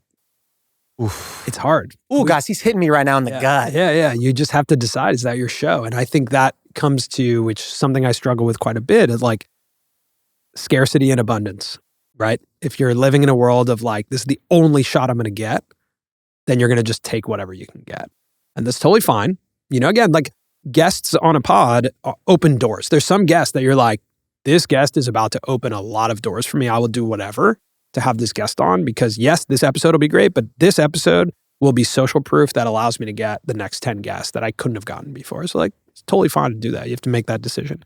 But the other side is like your obligation is to the audience, period. If you're a creator, like your obligation is to your audience. So if it's not going to make a great episode, over time, as you start living in a bit of a more abundant mindset and go like, more opportunities will come, more guests will come. If this isn't the right time or right situation for us to have this conversation, it's not the right conversation. It's not the right time, right? Like we can do this when you have more time. I don't do hard outs. Have you ever filmed and not uploaded? Yeah. I think that's only happened a couple times. Yeah, we're going through a back and forth on that. It's a pretty rough life. And yeah, there's a lot of relational, like when you're doing this type of show, there's relationship stuff in there, right? Like if I invest my time coming here, we shoot this, and then like you call me in 2 weeks and you're like, dude, it just wasn't it. First of all, I would understand because I make a show too. So I'd be like, yeah, but I'd be kind of like, my ego would take a hit. I might not like come out and do something with you again, right? And so there's like a lot of trust that happens through so many different factors. There's like, so many different, there's the view dynamic as well too. If it doesn't perform compared to the other ones. How does it feel for both of us? Yeah. There's an ego component to that. There's like me knowing that I let you down in some way. There's like so many human factors to this type of show. You said something there too that I want to retouch on, and I've gotten to know you better, and I really respect just what you stand for and who you are. And I didn't know the business that you've built, which we'll get into too. But it's also understanding and knowing where you are in your life. You said something to me. I'm not going to say what it was, but you had the opportunity to go to one of the biggest opening night sports games with one of the biggest tech CEOs in the world. Yeah. You said no because you made a promise to your family. Yeah. I think it's taking a step back and understanding and knowing the positioning of the chapter in which you're in both a personal and professional life for opportunities like that. Like right now, we're in the beginning. So like those 90 minutes, like, yeah, we're going to go to bumblefuck Canada for 90 minutes to make it happen. We're going to do it. One of my favorite conversations that I got to have was with Scott Galloway. He's like one of my favorite just humans on the internet. I think he's great. Great book too. And Scott said, you can be a great entrepreneur and a great family man, but you can't be them at the same time. And that really stuck with me and made me realize that there's going to be seasons where I'm like, right now, I need to be a great entrepreneur. And that means that it's going to take a hit on my friends and family. And that's the reality, right? Like when you're in the game, you're in the game. That's it. Like you do have to do things that are, you have to make a choice on what's your priority. You know, work-life balance is bullshit. Something I've never experienced. I've experienced prioritizing work and I've experienced prioritizing life. I've never experienced a balance of those two. And I oscillate. I get really I get riddled in self-doubt when either is the priority because you're like, should this be my priority? But you kind of have moments where if you recognize that life happens in seasons and everything is constantly changing, then it makes you calm down a little bit where it's like, yeah, right now, this is my priority. In a month, that might change, or in 6 months, that might change. I might be in a new season of life. And that'll just happen forever. You know, there's no like black and white to this. And I'm probably never going to have a time where I'm like, I'm done working now. I like working. I think it's super fun. I like having an ambitious goal and going after it and getting obsessed with it. But like this year, I had my first kid and I had a lot of crazy life stuff happen. And I still am prioritizing work. Like I am an entrepreneur at my core. I'm a creator. I enjoy creating things, but there are some of those moments where you have to make those choices. And I'm not going to say that they're easy to make. They're not easy to make, but I think if anyone listening gets one thing out of this part of the conversation is just to take a step back, look at the macro picture. My cousin, we were just talking yesterday, he's 34. He's got no wife, no kids. I'm like, bro, you better be hitting it hard on the professional side right now, bro. Like you got to hit this hard before they come. Like me and Jake were talking about like a work back schedule and like when he wants to have kids and when I'm going to have kids and understanding and knowing like we're going to have less sleep. Our performance will be less. Our priorities are going to change. So like knowing where you're at is huge. Yeah, I think another thing Scott said was having kids is one of the greatest organizing principles for men. And I think it's true. Like there's a lot of prioritization and organization that happens in your mind the second you have a kid. Your whole relationship with the world changes because you're like, oh, okay, like this is the whole thing. Meaning my relationship with my son. If you want to make it your thing, that's the whole thing. Everything else is the other thing. That's like my hobby because I can provide like, as a father, I can provide a life at many different levels. I can do a lot of different types of work. to provide a life for my family. But I'm choosing to do this thing because I like to do it. So, up until a certain point when we've reached all of our needs, that's like providing a life for my family. Beyond that is my hobby. And it's okay for me to have that hobby. That's what I like to do. I enjoy the game. But you start recognizing that everything you do is a trade against time with your family. And it becomes very just present that those are the choices you're making. And so it's an organizing principle. I like how you frame that as there's that kind of minimum threshold, and then there's the overage to go above and beyond from a professional perspective, and then that's where kind of the trade-off really happens. Yeah. We're gonna definitely dive back deep into the personal side. I want to go back into just talking about time, respecting the viewer's time. I want to go on to the production, the post-production, and the distribution side. How does respecting the viewer's time shape the way that you film and edit? Is that the North Star? Respecting the viewer's time is telling a great story. So we talked about the first 30 seconds earlier, right? First I have to confirm the click. Then I have to make it personal, to basically introduce you to the experience of me as the storyteller. And then I have to open a new loop for you. The simplest way for me to describe this is a great story is a series of questions and answers. And if you are watching something and you as the viewer have no more questions, the story's over. And so you have to basically propose questions and answer them at disproportionate levels throughout. Not all questions need to be answered immediately. I can propose a question and answer that 5 minutes later, and then I can propose another question and answer it right away. But if there are no more outstanding questions, or if me as the viewer has forgotten what the question is that I'm waiting to be answered, then the story's over. So it's just a sign of always having open loops of questions, and then before the end of the video, giving closure on everything. Yeah. And once the closure is there, the video's done. The story's done. Do not leave me hanging when there's no question and answer. And that's just a good experience, right? If someone tells you a story at dinner and you're leaning in, you're like, and then what happened? And then what? And then what? It's a great story. So I'd say respecting someone's time is ensuring that they are engaged through the process, which is proposing question, answer, question, answer, question, answer, right? Setting up a story where there is always a question. And is this for any type of video? This is any story, right? Sometimes we talk about YouTube and social in a way that it's suggestive that it's completely novel. It is not novel. This is storytelling in a new medium. And so great storytelling has existed forever. From when humans sat around a campfire and told each other stories, to the radio, to movies, to books, to any type of storytelling. These are just good principles of storytelling. So I think one of the best ways this was described to me was through Michelle Khare and her husband, Garrett Kennel, who make that show Challenge Accepted on YouTube. What he said to me is they'll propose an idea in real life, in conversation. So he was talking about their idea where Michelle recreates Tom Cruise's most impossible stunt, which is hanging off the side of this military airplane. Risky business there. Risky business. So he'll talk about that idea in public. And what he noticed is that everyone asked, how did you get the plane? As the first question. So he's like, that's interesting. We should start there, obviously. But that's a pretty simple answer. The next one is how did she not fall off? The next one is what type of protective gear do you need? And if you noticed in real conversation, when you suggest an idea and people are like, so what happens next? Or what is this part? You start to understand the layout of your story. And from a structural and tactical perspective, it's not, we're just doing Q&A, I'm giving it and you're giving me the answer, but you're talking about this is visual within the story. Yeah, visually. You don't have to say a question, right?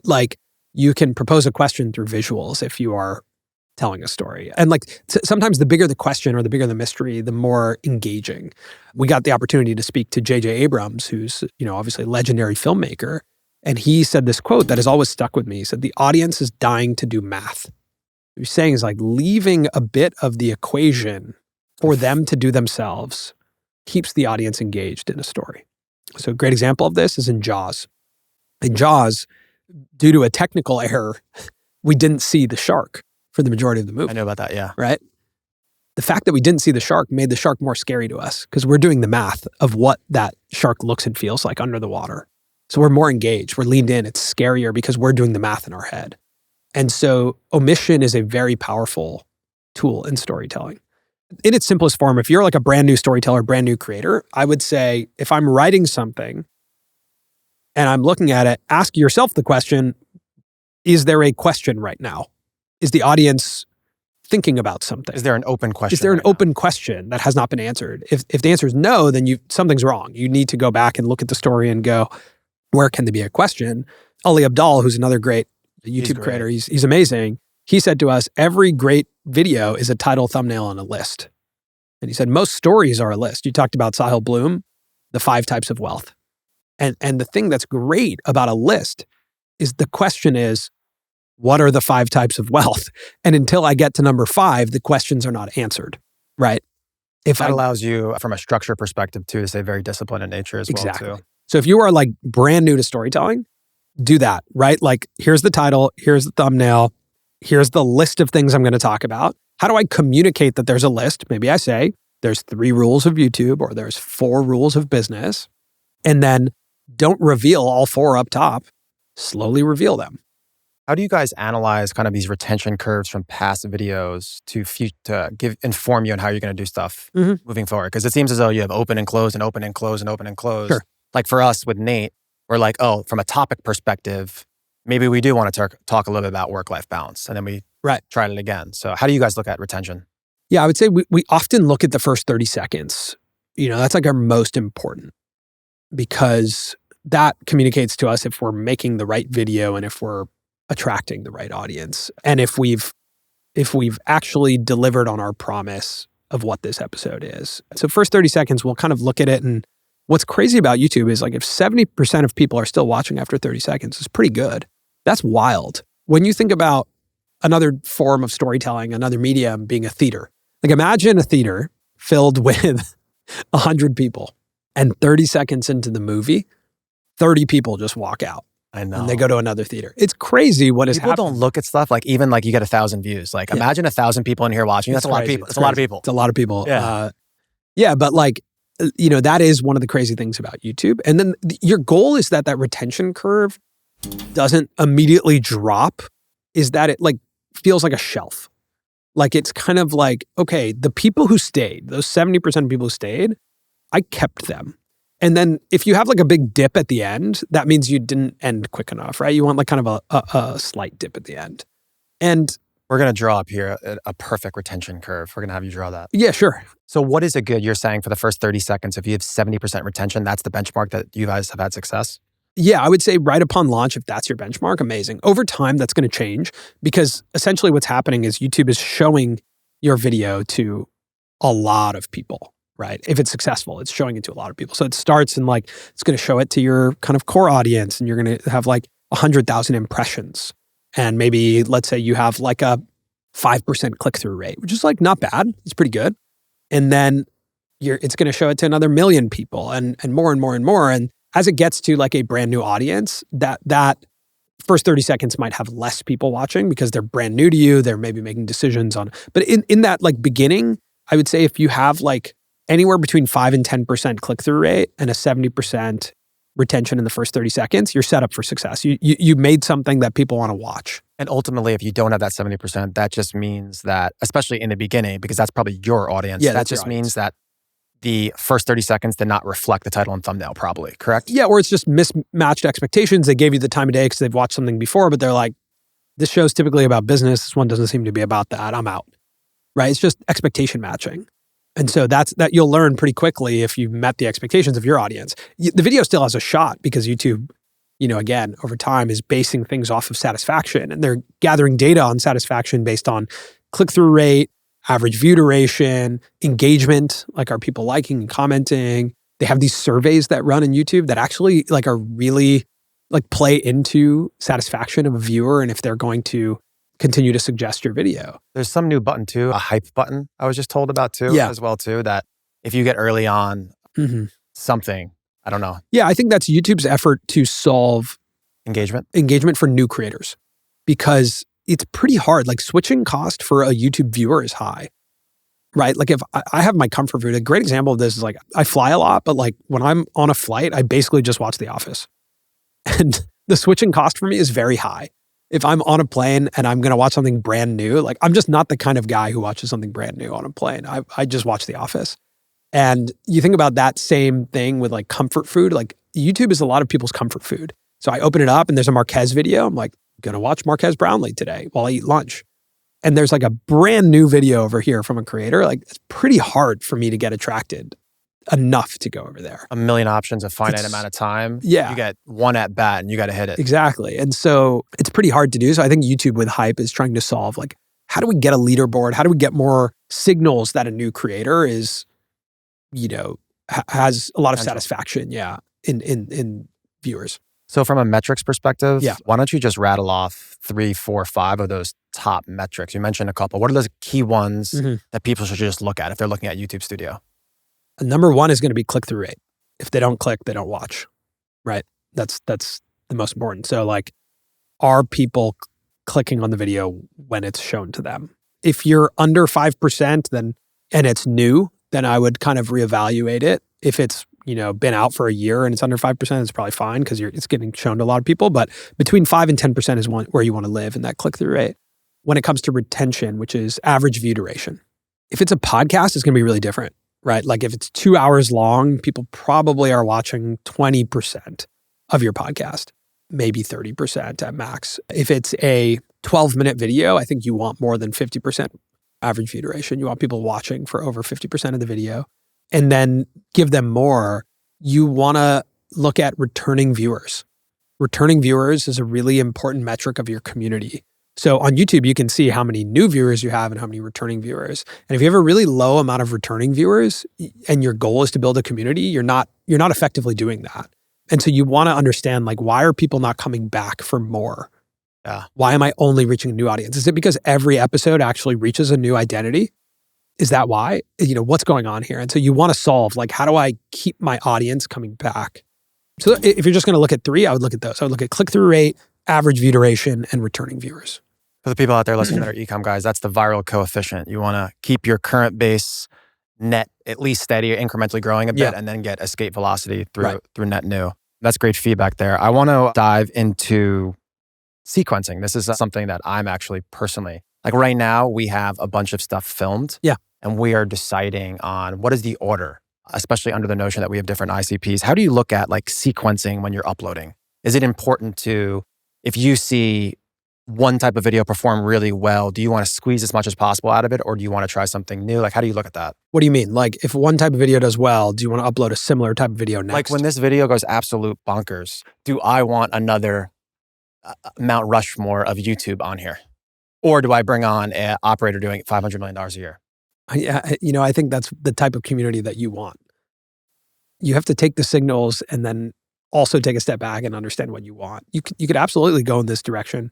Get Patty Galloway on here next. Get, a bunch of guys who are like really maybe ex-Mr. Beast guys to learn from them. Like just go all in on the YouTube thing. That'd probably work. There's no good answer for that. Do you see what I'm saying? Yeah, but there really is no. I think it all goes back to, it's like the Caleb 101. It's just like, what do you want? What do you want? Yeah, and yes, the short answer to that is like, if something works, do it again on YouTube. If you're optimizing for viewership, subscriber growth, and growth of the channel, for sure.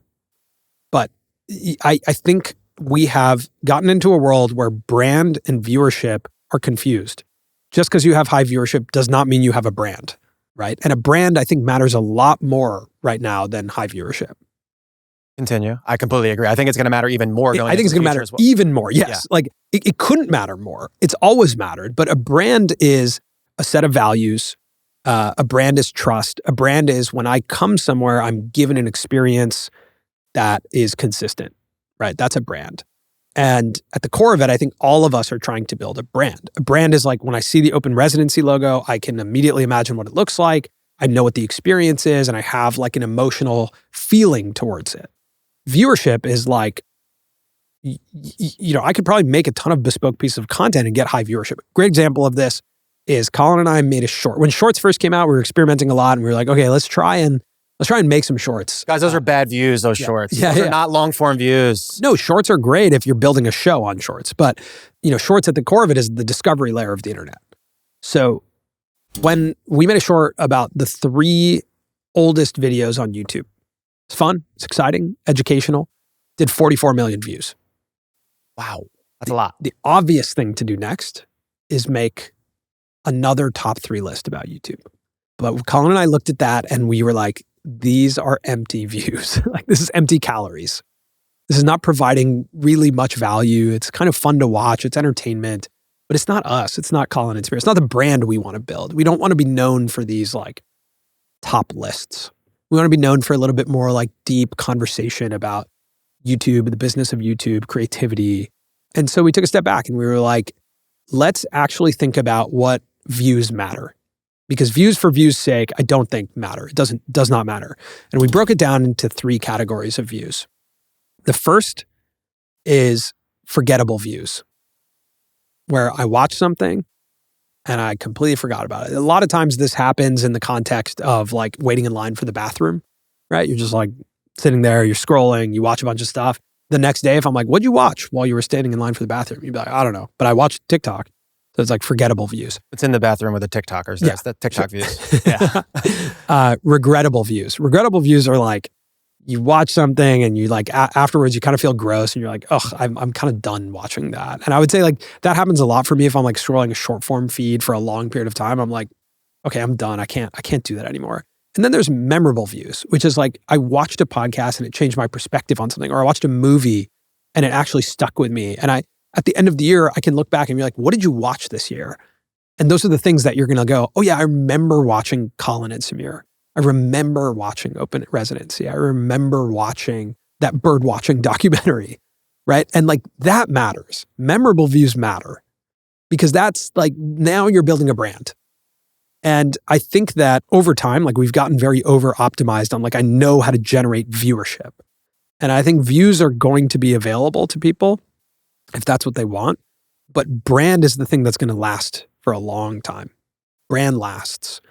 That's literally what Joel from Human said. He asked Steve Jobs and Jobs said the only thing that matters is brand. I completely agree. I mean, at the core of it, like people give this advice all the time, but reputation is the only thing that matters in business, right? Like that matters the most. Obviously, you have to have a good product. Like let's just say that's table stakes, that you have like a decent product, you have a good system for selling it. Reputation is what matters then. And reputation is brand. So that's the thing you should think about is like, what is my reputation in the space? What do people think about when they hear my name, when they see my show logo? What is it? Is it premium? Like, because you've built a premium brand here. And premium matters. There's always space for premium in the market. Yeah, it's what emotion are you driving? And I think once you understand and know the position in your marketplace, you say premium, any and all of your decisions need to align with that positioning in the marketplace. You could even argue that goes to like what you're wearing. Every single little piece of it actually really matters. It goes to sponsors too, who you're allowing to sponsor the show, which is hard because if you are someone like Colin and I that went through 5 years of making no money, nobody watching, like once you start to get access to, okay, people want to sponsor, people want to do stuff with us. Now you look at all these opportunities and you go like, is this on brand or not? And that's a hard evaluation when someone offers you a lot of money. Got to say no. You have to say no. If it's not a fuck yes, you got to say no. We've said no to everybody except a couple people, which you guys will be seeing in this episode.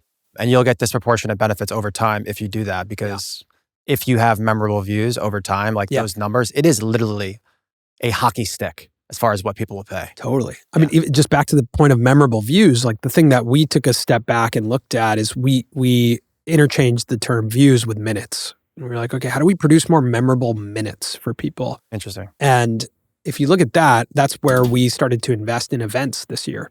We hosted our first big event in New York called Press Publish NYC. It's 500 people. And the people who came to that, we had great surprise guests. We had Richard Branson as a surprise guest, Casey Neistat and Stephen Bartlett from Diver CEO. And like, we wanted to surprise people because that like enhances the memorable minutes. It's like you remember that now because we gave you things. And we announced that there's 3 surprise guests, which is, again, you think about like great storytelling, or like questions and answers. The last session was Stephen Bartlett, so the final surprise guest. Here's the answer to the question, who the final surprise guest is. So you give people like a very memorable experience. And then when they walk away from the year, like they remember that they came to New York for that event. And I think it's getting harder and harder for creators to build things that people remember, because we just consume so much in the day. We just ingest so many different things and narratives. And like, just look at the news cycle. Look how forgettable news is on a week-to-week basis. So I think like experiences matter. I think brand is the thing to optimize for always.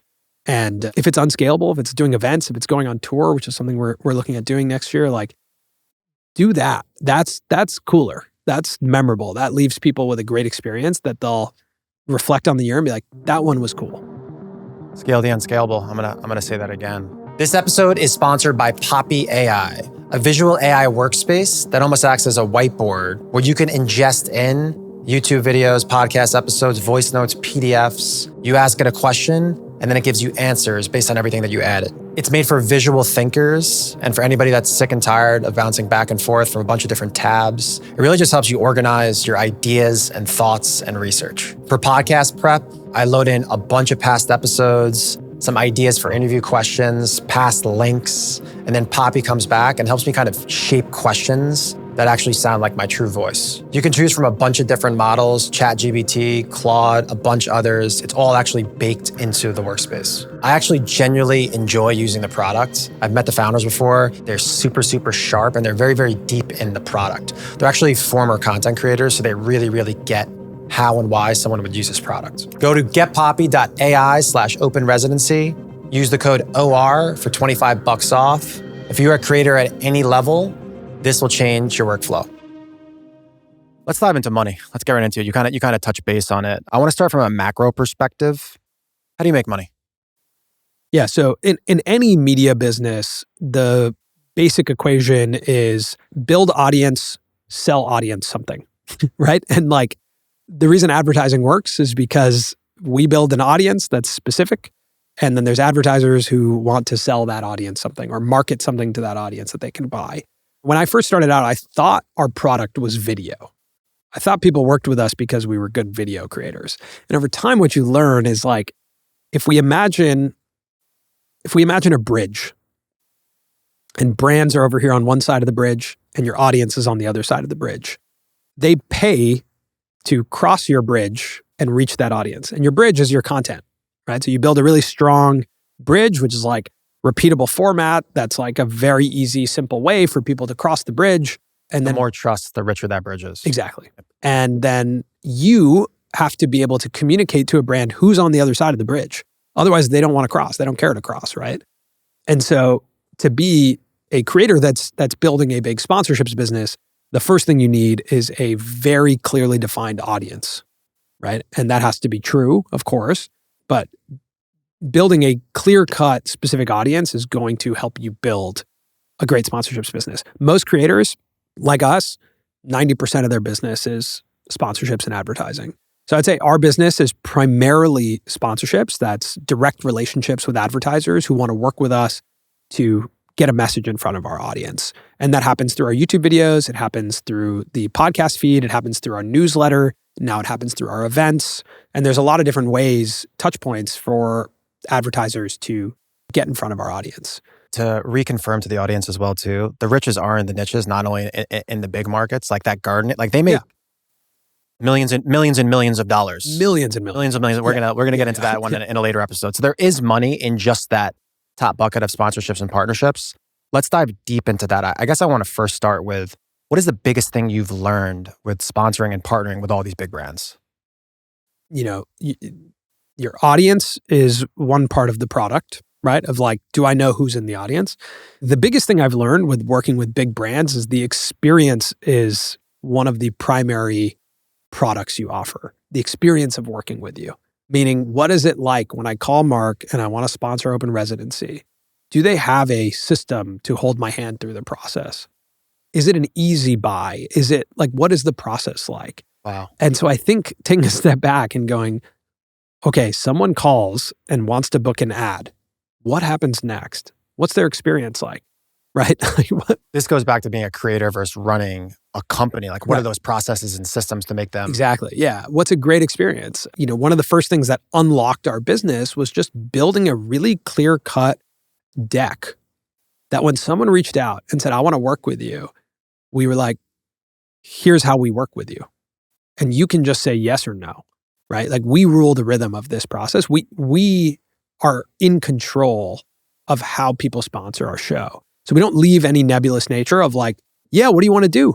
How do you want it to look? It's like the way we thought about it was restaurants that are great are known for a thing. Like, oh man, that restaurant has a great burger.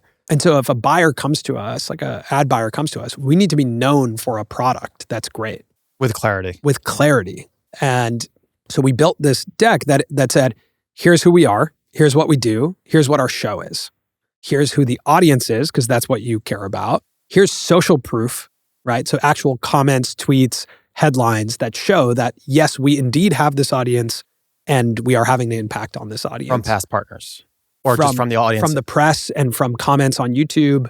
So like in our deck, we have it broken down into our audience, which is aspiring creators, professional creators, and creator industry. And so we have social proof there from like an aspiring creator who has 100,000 subscribers who's like, man, I started watching this show and it completely changed my business. From a professional creator, which is Marquez Brownlee, it says, Colin and Samir, your favorite creator's favorite creator. Ooh, that's strong. Which is great social proof. That's strong. Then from creator industry, it's from Neil Mohan, the CEO of YouTube, that says, no one knows more about the creator economy than Colin and Samir. So like that page, again, informs you like, we're real. We are reaching this audience, right? Like that page tells the story of who we are in the market better than any other page. We can say who we are, but who cares? Look at that. That's social proof. That matters. The next page is a menu, right? So we've informed you who we are. Hey, we're Colin and Samir. We've been on YouTube for 15 years. This is what we've done. We've, worked with these people. We know this is who we're serving. Yeah. And then, the next page is, so what show do we make? Okay, we make a show called The Colin and Samir Show. We sit down with top creators. Here's like images, photos from the show. Here's some of the top episodes. It comes out every week. Here's how it's distributed. Here's who's in the audience. And then the next page is the menu. Here's what you can buy. So you can buy a 60 to 90 second host-read integration into our show. You can buy a, Instagram story that comes along with it. You can buy a spot in our newsletter. And the next page, we have the pricing. Here's how much it costs. And here's the package we want to do with you. We want to do 3 episodes. They come with, this distribution package. Here's the price. Is it a yes or no?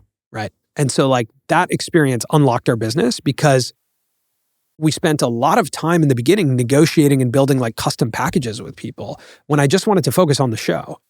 And so what we learned was just like, if we spend the time building this material, just invest the time building material. And when we get an email, hey, I want to work with you. It's like, cool, here's how you work with us. And there's a bit of like, I come from a kind of a gritty immigrant entrepreneurial family where like the lesson was like, you never say the price first in sales. You let them say the price first and then you work. I got a lot to say. And I just was like, you know what? That takes too much time. I'm just going to tell you the price and I'm just going to say what I'm comfortable with. And that price can grow over time as my show grows. But like, I'm going to just spend less time in this process. I'm going to tell you how much it costs to work with me. And it takes too much time, even if you have an agent. You have an agent, I have an agent. Yeah. I just had this conversation yesterday with our agent, talking about what we talked about, what we're talking about right now, is I don't want that ambiguity and I don't want, maybe you can go get me 10 or 15% more. I would rather control the prices and understand and know I can deliver value at this price. And like you said, it is literally our price for October 2025, and we can relabel that website of December 2025 if we want. And also, if your product is the experience, that's a smoother experience. That's a smoother experience, right? And like setting the expectations and them getting what they expected. Exactly. And you're playing for the renewal. You're playing for the long-term partner. Like you want to get into business with people. Like we've been partnered with Shopify for 5 years. That is a great relationship. We get to have like really fluid communication. We know what to expect out of each other. We have like a great relationship where we get to explore and talk about what matters to us going forward and whatnot. But that's largely because like we, set expectations early and just like, here's what we need. Here's what you need. Great, let's do it. And I think sales can get into like, especially as a creative person, it gets like very, you don't want to get into that back and forth exchange. Some people like that as a sport, right? They like negotiating as a sport. We literally, to start, we had like 12 different integrations. We can do dinners, we can do events, we can do Instagram only because we're bigger there and this and that. we're down to 3. I want to get it down to 1. Yeah. And I think something, and Oren talked about this in an earlier episode, and I think it's so important, is less offers, but then malleability and hedges within the offer where like the reality is like no matter what anybody pays you, you could over deliver on the value because you could always put them in more newsletters. You could always post them more times. So I think controlling the options, maybe even having one option and being able to over deliver unequivocally, and you win. The only way you can do this and sleep well at night, though, is developing a relationship with enough. So like one of the first things I did was just go like, there's 2 of us. We have a team. We have an office. Or like, prior to that, even there's just 2 of us. How much money do we need to make? Okay. How many videos are we going to make in a year? Okay. How many of those need to be sold? And what's the price? And I didn't really, I was getting very lost in like the CPM game and like the classic media pricing. And I was like, I'm just going to flat rate our pricing and go out into the market. And if people say no, then we're not good enough to command that pricing. And we need another way to make money until we're good enough to command this pricing. Yeah, I mean, we talked offline about this, I think last week, is sponsors thinking that this is all about attribution. And you mentioned them looking at you and thinking that you're a Facebook ad. Yeah. But you're really top of the funnel billboard association. Yes. It's about you and your brand and your association. If you're a business owner and you're trying to work with a creator and you're trying to work backwards and go, okay, I'm going to spend $10,000 to $15,000 on this integration with this creator, and my expectation is to make that back directly from the link that they put in their description. Like, I think that's a misguided assumption. And I think you have to get a little bit more sophisticated with how you are spending with creators and not assume direct action immediately in like the first 30 days with a creator. Like, you are building long-term association. It's also why in our packages, we stopped selling one-offs. So like one-offs that's not going to do anything, right? Like we don't do one-offs either. It's not going to do, it's got to be a portfolio. We think about it as like, if you're a new advertiser with us, I'm introducing you to my friend group, right? Like imagine the first time someone comes and hangs out with your friend group, like let's say we're all hanging out. You're like, yo, I'm going to bring my friend. Cool. And you bring him. And let's say we like kind of get to know each other a little bit and like we don't really talk that much. And then you leave and he never comes back. I'm never going to think about that guy again, right? but if we're hanging out and shots thrown and he comes, once and maybe like you tell me why I should talk to him. Yeah. You give me like a conversational prompt to engage with him. Like, okay, cool. I'll talk to him. And he comes again and again and again. And now we're like, oh, cool. Like, I like this guy. You should bring him around more often. Think about that when it comes to sponsors. So like you are bringing a friend to a party. So you also need to take care of how you introduce them. How is the audience supposed to interact with them? And are they providing value to this experience? And that's on you. That's not on them. That's on you to dictate. And I think that's a really important part too, is like the process is, and the experience of working together is the product. Come to the brand and be like, okay, you're an e-commerce brand or you're, this type of brand. Like, what if we give this offer to my audience? I think they'd really like that. Or what if we create this situation for them? I think that's what's going to make this like an experience that they have a very positive sentiment towards you. That's your job, is to like create positive sentiment and traffic. I think if the suggestion is your job is conversions, I just think that's a misguided assumption.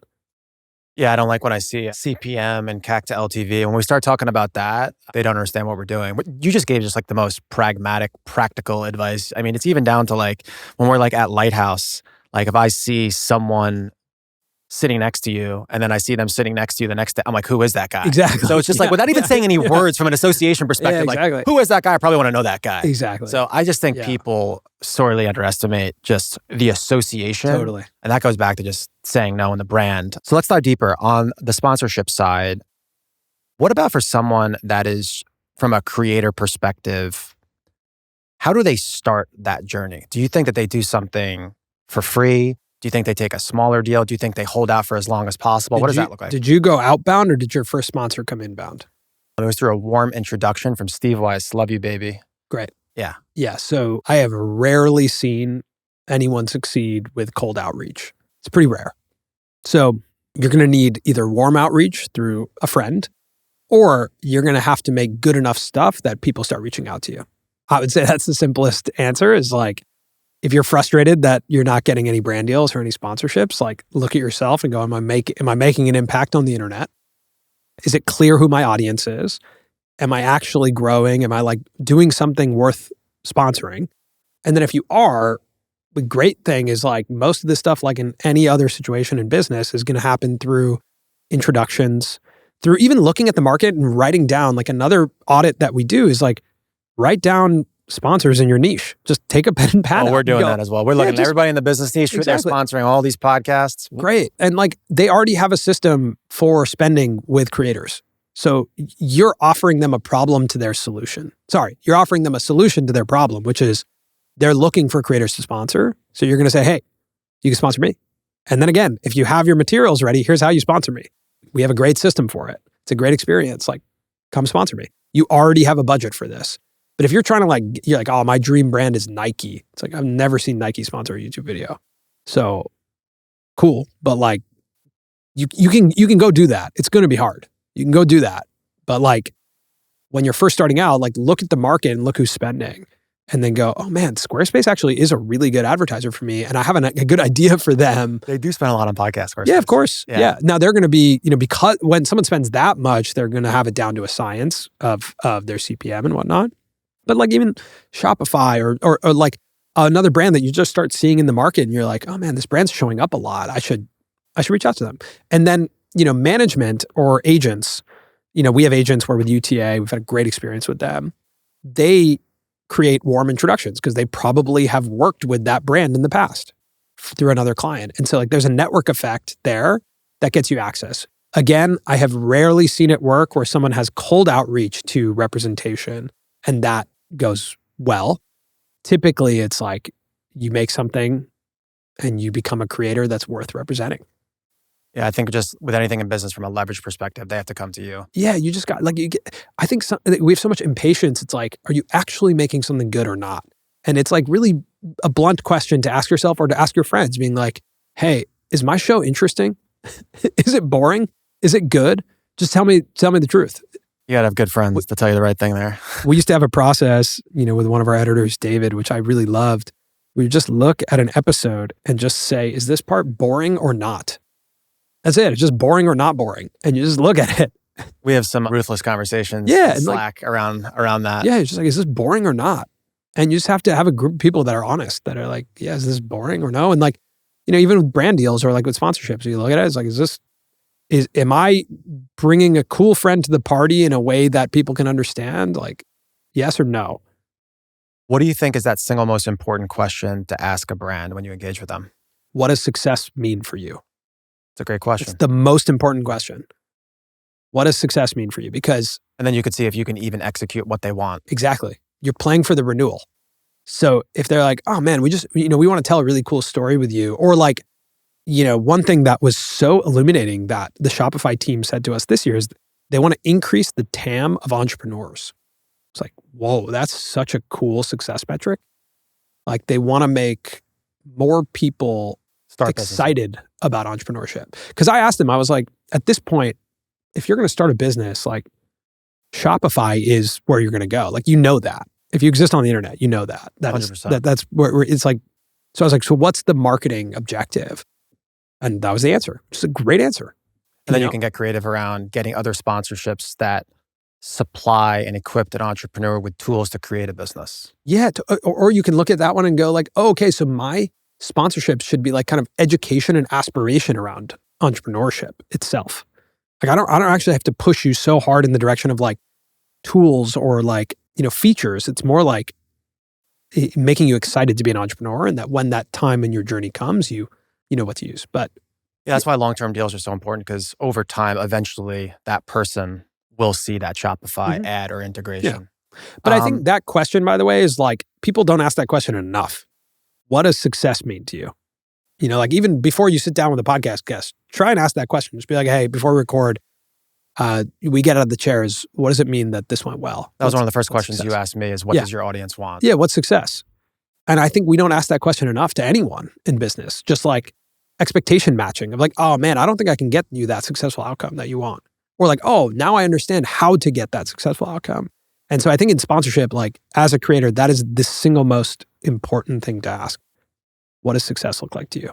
I love that. I'm taking that one. Brand sponsorships and partnerships, you said 90%. That's a lot. I'd love to understand and know what is the differences and similarities from your beginning deals for 5K, 10K, and now doing deals in 6 figures, 7 figures, enormous deals. What's the difference there and the similarities? Yeah, the similarity is that they all include some level of digital distribution, whether it's through our show, our newsletter, or our podcast. So like every deal still includes distribution digitally. I would say short form didn't exist when we first started doing deals. Like that was not a thing. And I'm noticing that the short form integration is proving to be more valuable to brands than sometimes the long form integration is. Largely because when you make a short form piece of content that's with a brand, the whole idea is typically about the brand rather than like we're having this conversation, there's a 60-second break. You know, the whole video is not necessarily so it's an isolated focus specifically. It's an isolated focus. And then also the brand can use it as paid media. The brands like collab posts on social where like now they're getting a piece of social content as well. So short form is pretty new. And then I would say the biggest difference is speaking and hosting. Those are big parts of our partnerships now that we really enjoy and that we like have added on where, you know, we have a brand partner, Spotter, that we've been working with for years now.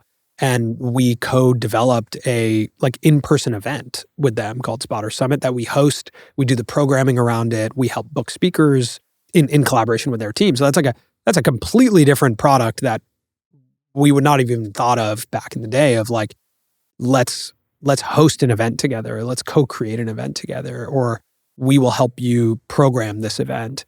So I'd say like now in these brand partnerships, when I say sponsorships are 90% of the business, we're like really deep with a few partners, and those include distribution across our media assets, plus, you know, some level of events and hosting or speaking, plus some level of consulting where like we will get involved and be a part of.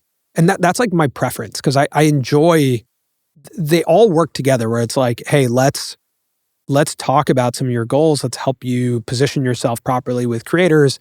Okay, that informs us how our distribution can work and our digital ads and assets can work over here. And then, you know, let's also talk about like how you show up in the physical world, not just the digital world. From a programming perspective, what type of people are going to be on the panels. Exactly, yeah. To further feed the flywheel. I enjoy all that. That's all super fun for me. And so, yeah, that's like where a lot of our partnerships sit. And the fuel behind this is just all content. It's backed by the digital distribution. That's like the backbone of it all. Yeah.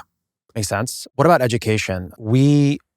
A lot of people have told me we are right now like very much so top of the funnel. We're obviously doing sponsorships and partnerships, but we quote unquote don't have any way as of 2025, guys, to quote unquote transact with our audience. Sure. We don't sell them anything. Yeah. I would love to know like what is your education business? What does it look like? Tell me everything. Yeah. It does change your dynamic when you transact with your audience, right? Say it slow, baby. It changes. I feel the animosity over there, guys. Yeah, feel it. Sure. Yeah. I think it's natural. There's natural aversion backed by proof on the internet that people selling digital education or courses are often like low value and like a great way for someone to convert their audience and come from a place of, damn, I don't have a way to transact with my audience. If that's where it comes from, if like the place you're coming at it from is, I know I can monetize my audience better. Place of weakness right there. Yeah. It's like that's immediately not cool. Like it's not going to be good. You don't care about it. You know, I think we, from the beginning, when we started Colin and Samir, we understood ourselves and the way we classified ourselves was as an education media company. Like everything we do is through the lens of education. So like you watched our show. The way we think about the Colin and Samir show is that everyone who sits in the chair is a guest lecturer in our class about YouTube and about the creator economy. And if we think about it like that, now we are like understanding the value of each session and each lesson, right? Like Patty Galloway is a great example. It's like when we sit with him, he's like a guest lecturer to teach you about what he's learned from working with top YouTubers.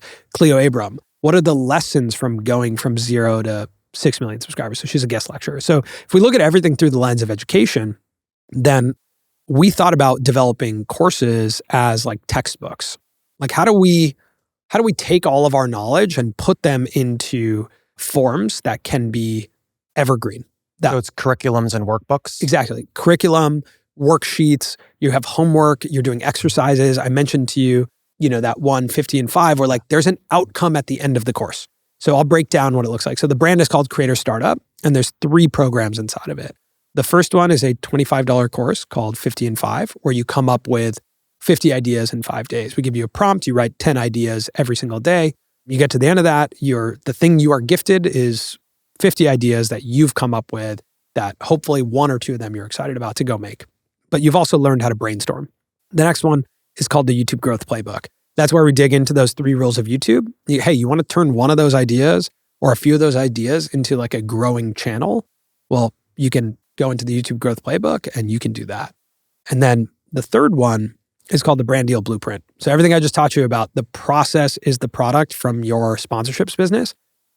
By the end of that one, you build a pitch deck exactly like we built. You have a menu, you have a contract, and you have everything ready that when someone reaches out to you, you just immediately go, here's all my assets, here's how we work together. That one, we've seen the biggest transformation in creators. Because just knowing how to position yourself and having those materials ready for you, that can change your business completely. And I noticed that with all these things, I didn't really know how to brainstorm. People would talk about brainstorming, but I didn't really get what it was. I didn't get what it meant to brainstorm. So I want to teach it. Now that I've learned, I want to teach you how to brainstorm.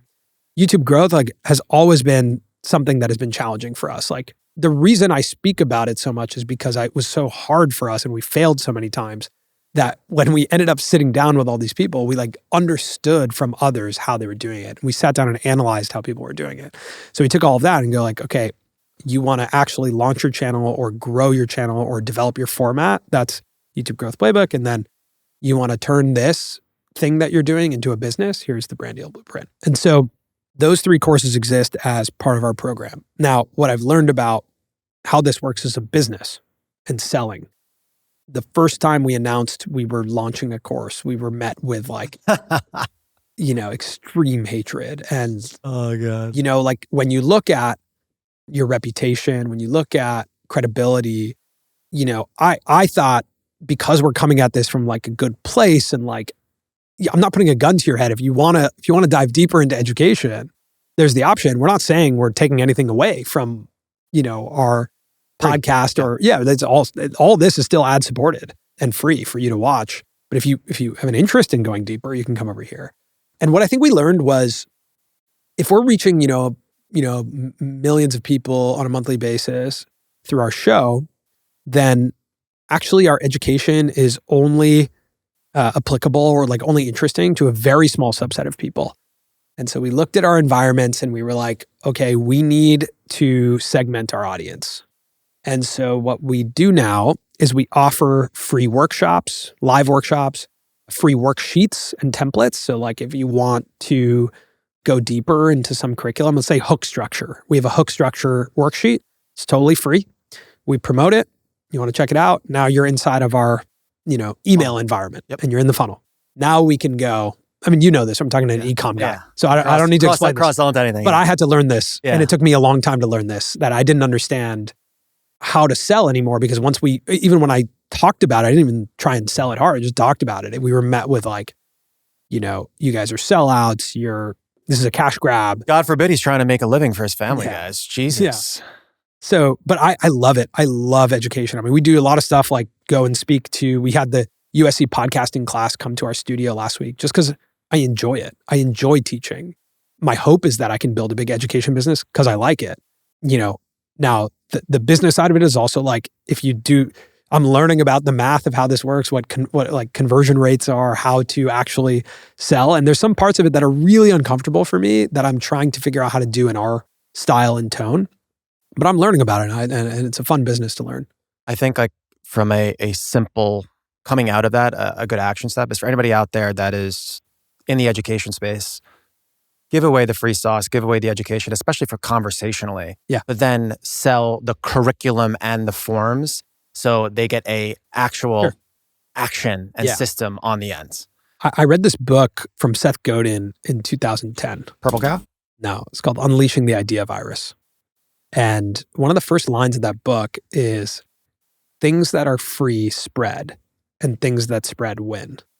And that line is what made me decide to start uploading to YouTube, because I was like, oh yeah, if I release content and it's free and you can engage with it, it has the opportunity to spread.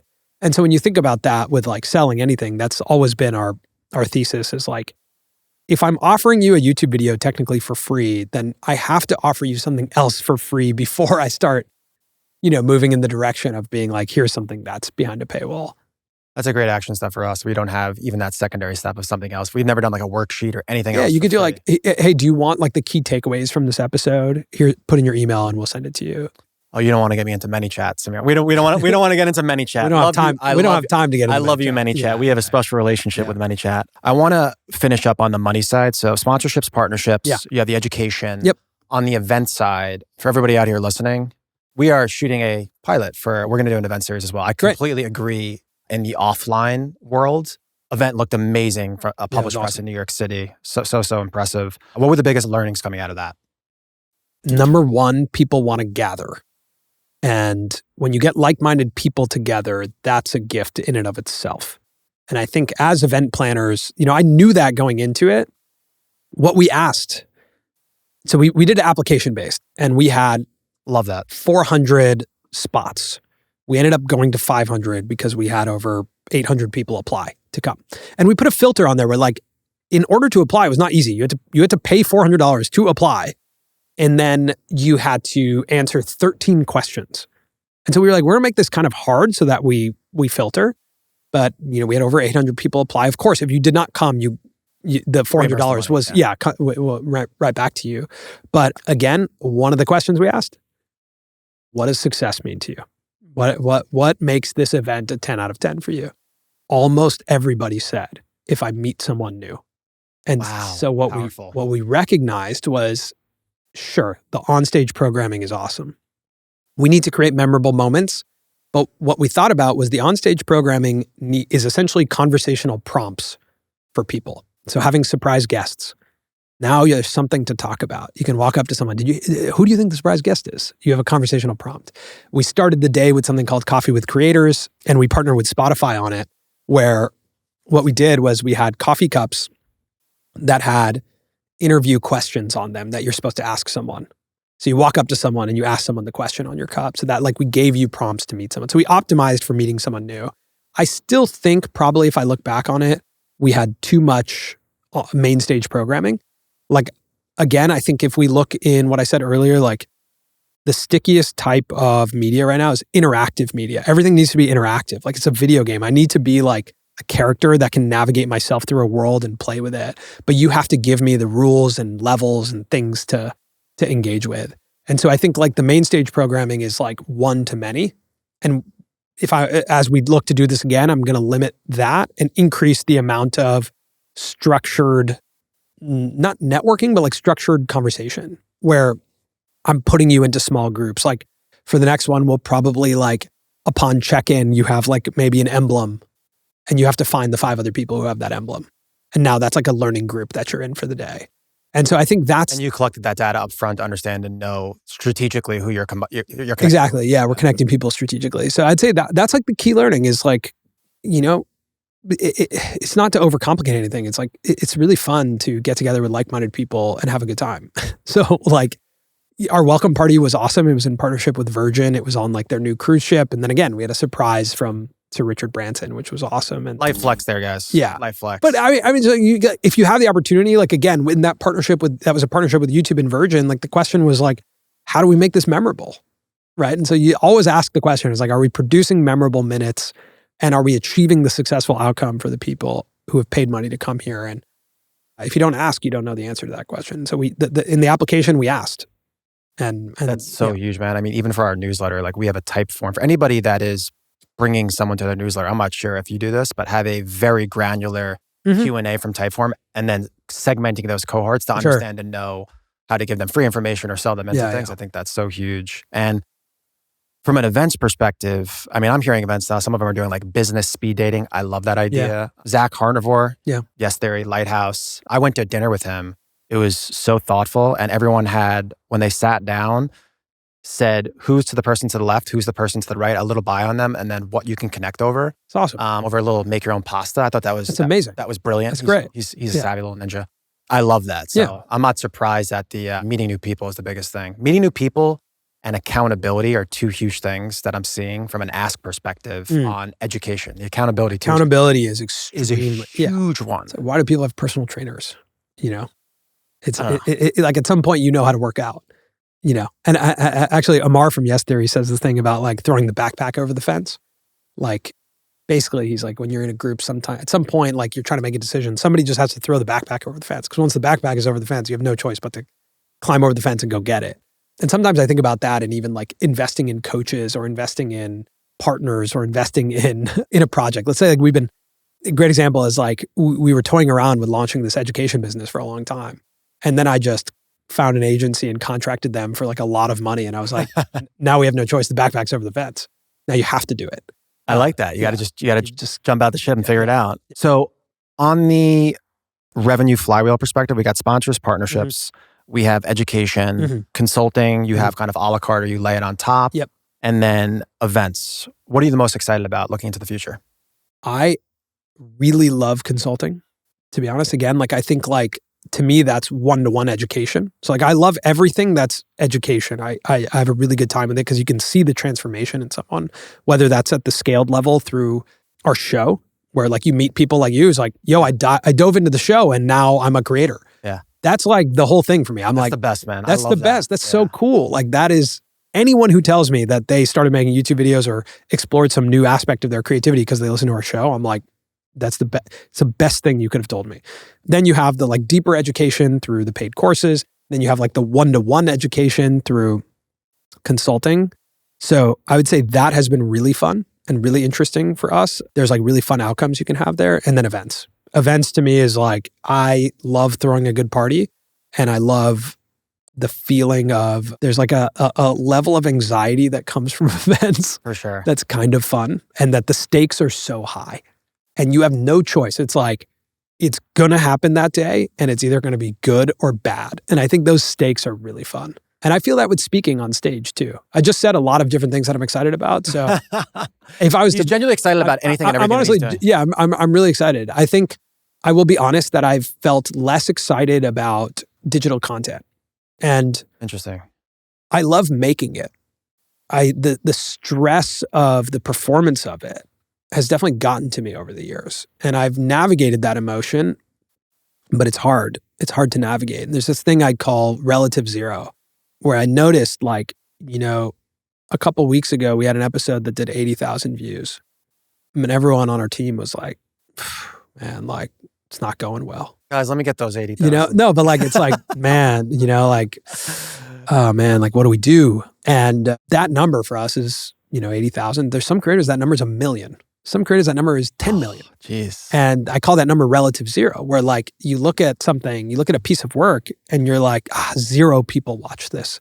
But actually 80,000 people watched it. And I hate the relationship to your work with that number of being like, you either value that piece of work you made or you don't value it. And I work really hard to navigate that emotion, but I think that's a natural emotion to happen. And I think, again, events are very exciting because you stand in a room with 500 people and you say something and they laugh or you see their faces go like, and like, you're like, wow, that's so fun. I know I'm having an impact on these people.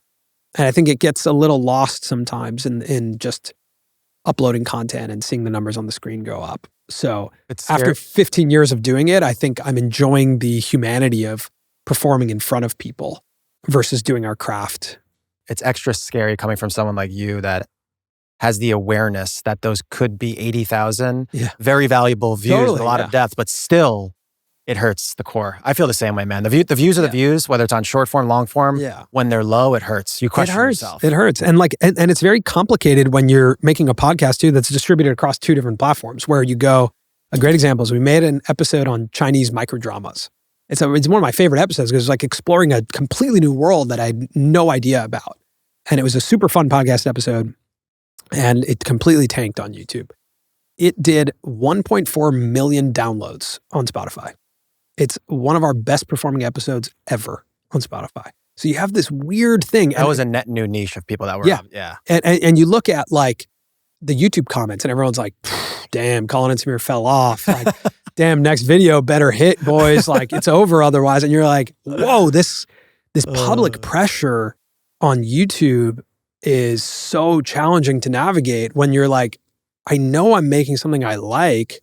I know I'm making something that's, I think, valuable, but like, whatever my relative number is, there's an audience that's like reacting to you, especially when you're positioned as like a guy, a YouTube guy. It's like, yeah, you experiment or you try something new and it doesn't work. And, you know, there's no getting around that. Like, that hurts. It's just a complicated emotion.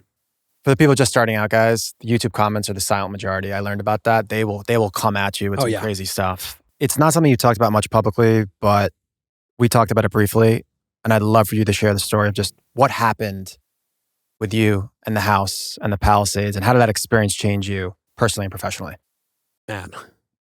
Okay, so I'm born and raised in the Palisades. I'm the son of 2 immigrants who came from India, and they were displaced from the India-Pakistan partition.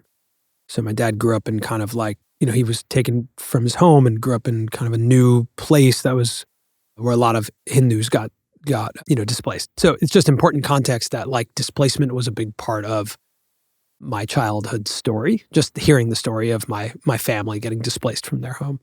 So my dad, you know, first lived in a mobile home on PCH, on a place called Tahitian Terrace in the Palisades, and then eventually got enough money to buy a house and started this clothing business, and just like really classic American dream story. And so my dream as I got into entrepreneurship was always to come back and buy a house in the Palisades. Like that's been my dream forever. And finally, after, you know, essentially 14 years of entrepreneurship, I got to the point where I could do it. Married my wife. So I got married, and then, you know, my wife and I were expecting our first baby. And last year, we finally made the move and purchased a very old home in the Palisades. And so it took us a year to remodel this home. We gutted it fully and we designed it in the way that we wanted to design it. And that, to me, like, I would say as an entrepreneur, I've had a lot of confusion over like, what am I doing? Like, what's the outcome of all this work? Why am I gathering all of this money? Like, what is the point? And I would say like building a home was something that I could wrap my head around as like, this is what I want. I want to build a cool home in a great place that I can raise my son in. And we built this home. It took us a year to build. We finished it on December 5th and moved in. My son was due January 25th, and I had a speaking engagement and that summit I mentioned to you, Spotter Summit, that I was hosting down in Mexico, January 7th through 9th. And I fly down there and I have a ton of anxiety because I'm like, what if my baby comes during this time? Like, I don't want to be that guy that missed the birth of my first child. So I have some anxiety around it, but I'm trying to like go there and get back in 48 hours.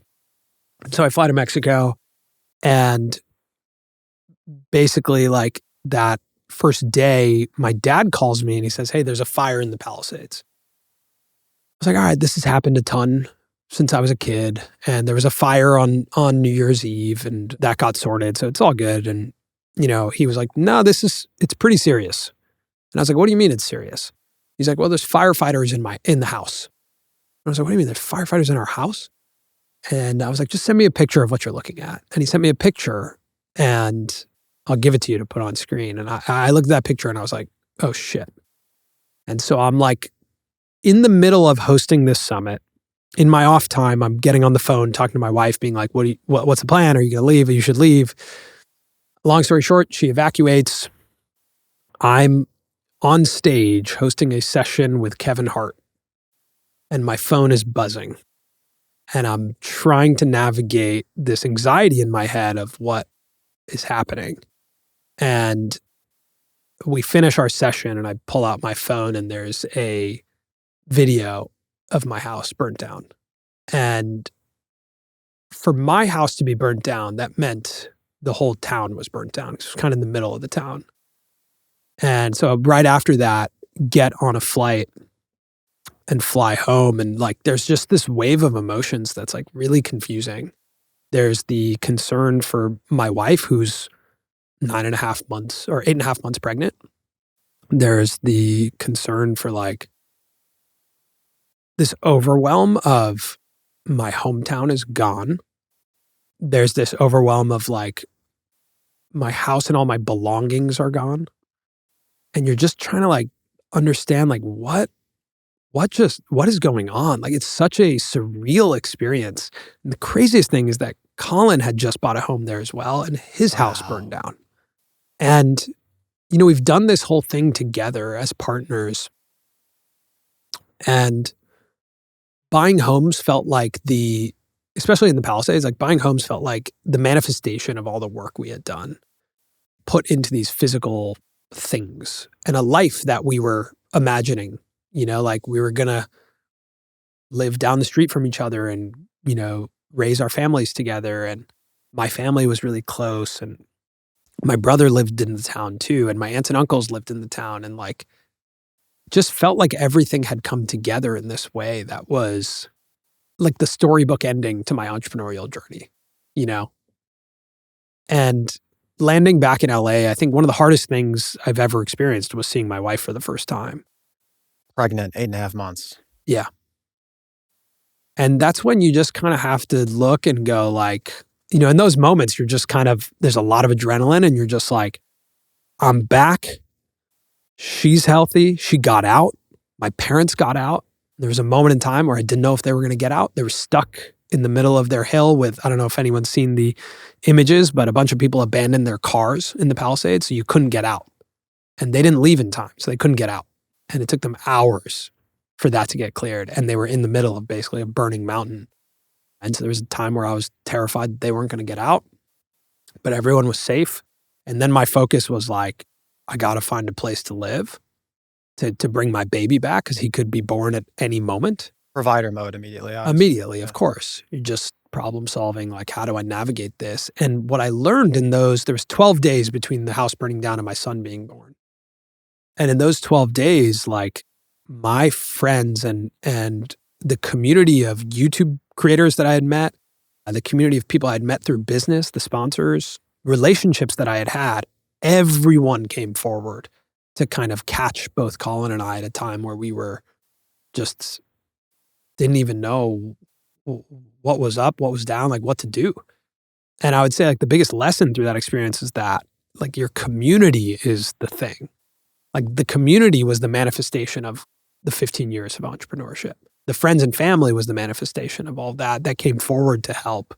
There was so much like authentic concern for us and authentic support, both through like, you know, just like navigating emotions, but also like tactical, like I no longer have a crib. It's a very complex problem to navigate, from the baby, the business, the house. Yeah, like I no longer have a house. I stayed in 5 different places in those 12 days until I found an Airbnb that I could be in for long term.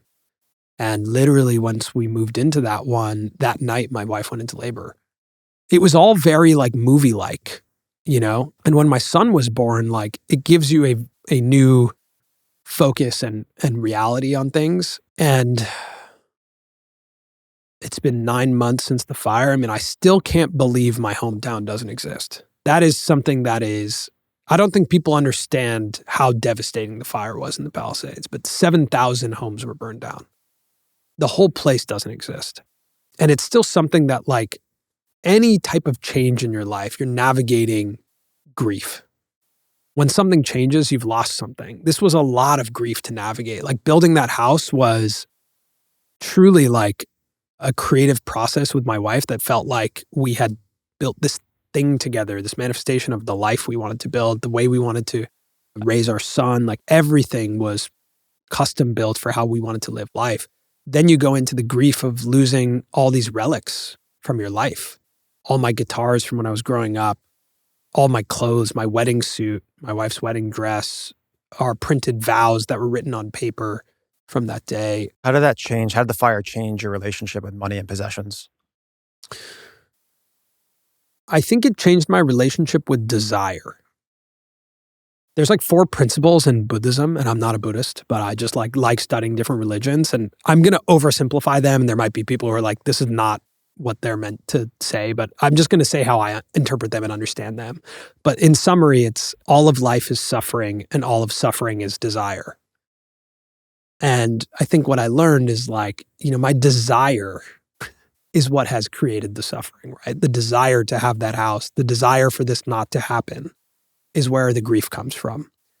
And so starting to build a relationship with like my desires, like money is a desire. I desire money, but I desire money to do something with it, right? And whatever that desires. And so like when those things don't happen, when your desires don't come true or you have a longing for something, that's where that like pain comes from. So like this is not something I can change. And the thing that I've reconciled with is like change is a constant. I think we have a misguided assumption about permanence as humans. We look at like the state of today and we're like, our assumption is that will be the state of tomorrow. And we have a lot of proof that that is the case, but it is not actually a good assumption to have. The only assumption you can have is that change is going to take place, that something's going to change.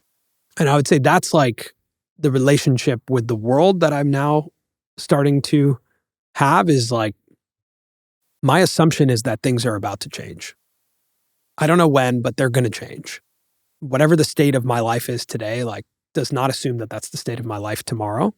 Things are going to come towards me and come away from me. Like money, for example, I think is something that will roll towards me at times in my life and roll away from me.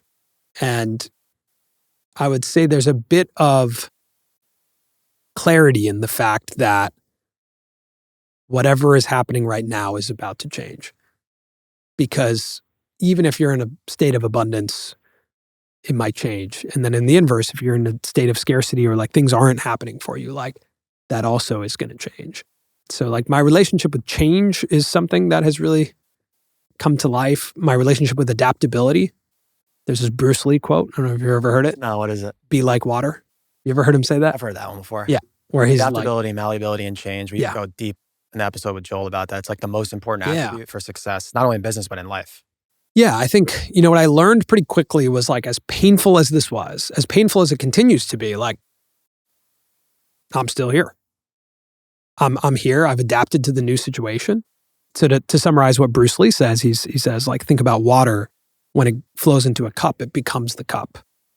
When it approaches a rock, it goes around the rock, becomes the rock. And so whatever your situation is, like, adapt to that situation, that new environment that you're in. This was my new environment. Now, on money, there's a lot of pain in the fact that, like, I spent all of my money remodeling that house. That money is gone. That money is gone. I'm going to rebuild this house, but is the town ever going to come back? No. It's not going to be the town that I grew up in. It's not going to be the town that I had initially thought I was going to raise my kid in. So, all of that, again, you recognize, like, that's my new reality. It's my new situation. There's a ton of lessons from it. And to close on this, I would say the biggest lesson I learned from this process, especially because my wife was 2 weeks out from giving birth or 12 days out from giving birth, is I learned the difference between a problem and an inconvenience. So my house burned down. That sucks. I can't tell you how much it sucks, but it's an inconvenience. There's not a real problem. There would have been a problem if something went wrong with my son's birth. And these two events happening so close to each other gave me a lot of perspective that a lot of things that happen to us are inconveniences. They're not problems. And we can navigate inconveniences. This is a hell of an inconvenience. It sucks. I spend a lot of my time in my day navigating insurance, rebuilding, navigating grief. When, like, I was invited to a wedding and I was like, oh, great. I was like, oh, I don't have any suits. Or like I went to my friend's house in Seattle and I went to pack and I was like, oh, I don't have any jackets. I just keep forgetting that I don't have any of my stuff. So there's like navigating grief and pain. But at the core of it, that's just inconvenient. It's like, yeah, I can solve that. It's okay. It's not a real problem. I want to know about enough. Samir before the fire and Samir now. Yeah. What did enough look like then, and what does it look like now? Enough for me was kind of a never-ending battle pre-fire. Like, I think validation is a currency that I really chased. I think money is a conduit to that, right? Money is a metric that tells you if you're anything.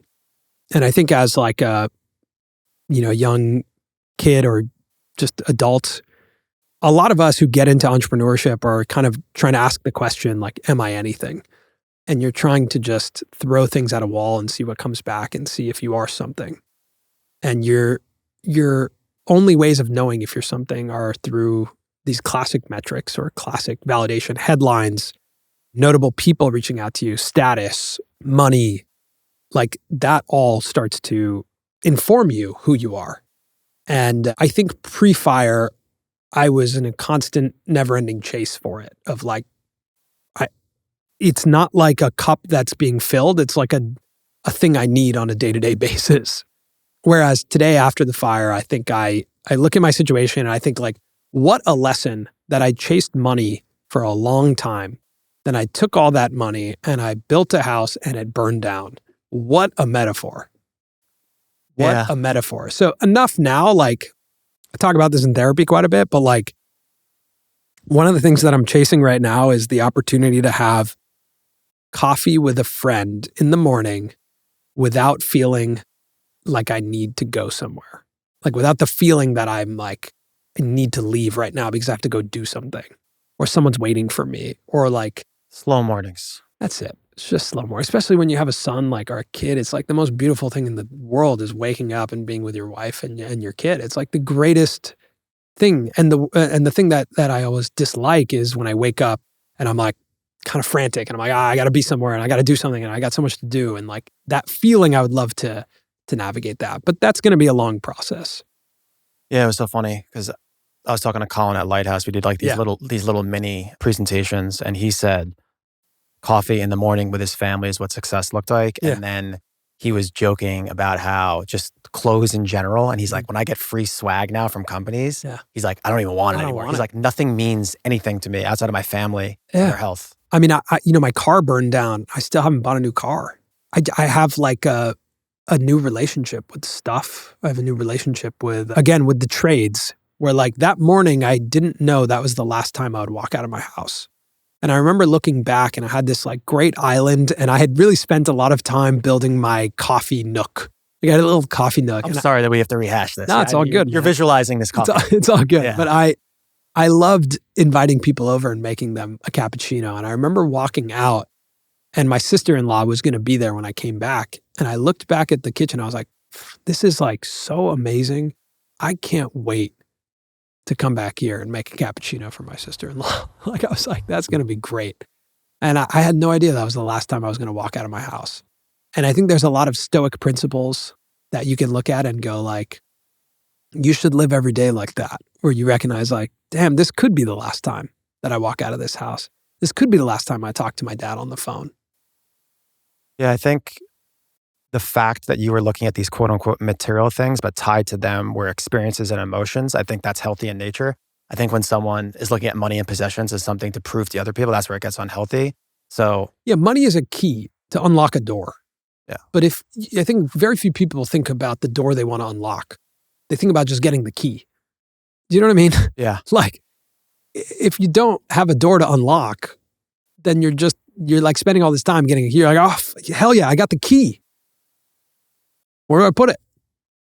Oh, okay. Well, I guess I'll just... this all goes back to clarity in business and in life. Did you see I have the key? In case I need it, I got it. Yeah. At least you know now. Yeah. Thank you for sharing that. I know that you haven't shared that on the internet, and I think a lot of you... I don't even know if I've articulated it right yet. It's taken me time. I'm doing a lot of writing around it. But, I hope to be able to articulate it better. And I have a lot of passion around telling this story and talking about the lessons I've learned, but I think it'll take me time to actually be able to articulate them.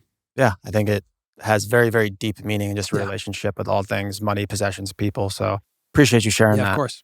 We're going to round the corner here. I want to talk a little bit about the future of YouTube and media. I think you're one of the best people to speak on top of that. So what does the future of YouTube look like now that it's like literally beating like Netflix? What does it look like to you? Yeah. How cool. Yeah. Like, that's what's happening. You know, what a cool thing that media became democratic. That's so cool that people get to vote on what they want and what they like. So that's awesome. I think YouTube will continue to go in that world. I think if we're talking like short term, I think we're going to see a rise of deficit financing from major studios on YouTube. So what that means is like, I think we're going to see studios put up money to launch new IP and franchises on YouTube first. So let's imagine like the next Stranger Things. The first 4 episodes of that might just be straight to YouTube.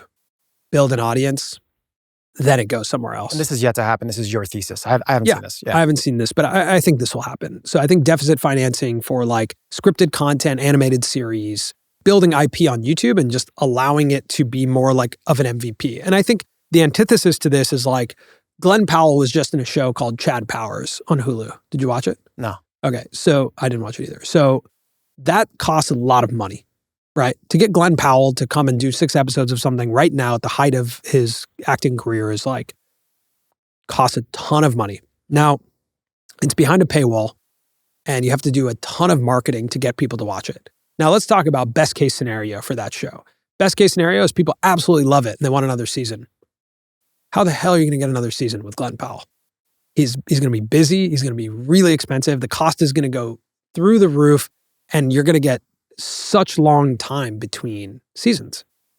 Now, on the inverse of that, if we start looking at studios going, hey, you know what? Let's act more like a startup. Let's get to an MVP of content, right? An MVP of the show. Let's build a show and a concept and let's put it out on YouTube and let's see how the audience reacts. Let's only make 3 of them. Okay, the audience is reacting pretty well. Cool, let's make more. A great example of this is a show called Amazing Digital Circus that went live on YouTube. It's an animated series from a studio called Glitch out of Australia. 3 episodes did 500 million views. Jesus. I've talked to the creators. They didn't know that series was going to go so big. But they had a sense that like this had a really good perspective and like based on what they knew, it was gonna do well. But it did so well that now they've signed a deal with Netflix, signed a deal with Amazon Prime Video to do new series. And like we live in a world where we're borrowing from tech. Never in the world of media could you put out an MVP of content, right? You could never put out a V1 of a show and just go, see what people think. Let's build with the audience. I love it too because you're seeing, going back to kind of the metrics and the views, it's public. So it's not like behind, like Netflix, you don't know how big or how small a show is. This is giving so much power to the creator. Exactly. Because they don't need to do their long-term deal, do the MVP. If you get a lot of views, you're going to have the leverage long-term and you can shop it elsewhere. One of the craziest things about the world of Hollywood and streaming is that if I made a show on Netflix, I would have no idea how many people watched it. That's crazy. I wouldn't even know how people felt about it. And I think to suggest that the audience is not a collaborator in your content is again like it's an old school way of thinking. Like the audience is a collaborator in our show. Now, to the point of interactive media, if I'm to guess where YouTube's going, if we're being honest right now, like this episode is maybe 2.5, 3 hours long, depending on how much of me you cut out. But not much. Let's say someone has 15 minutes. My guess is in the future, you're going to prompt YouTube and you're going to say, give me this episode in 15 minutes. And there's going to be a 15-minute version. I think we're going to get a lot of variations and derivatives from content.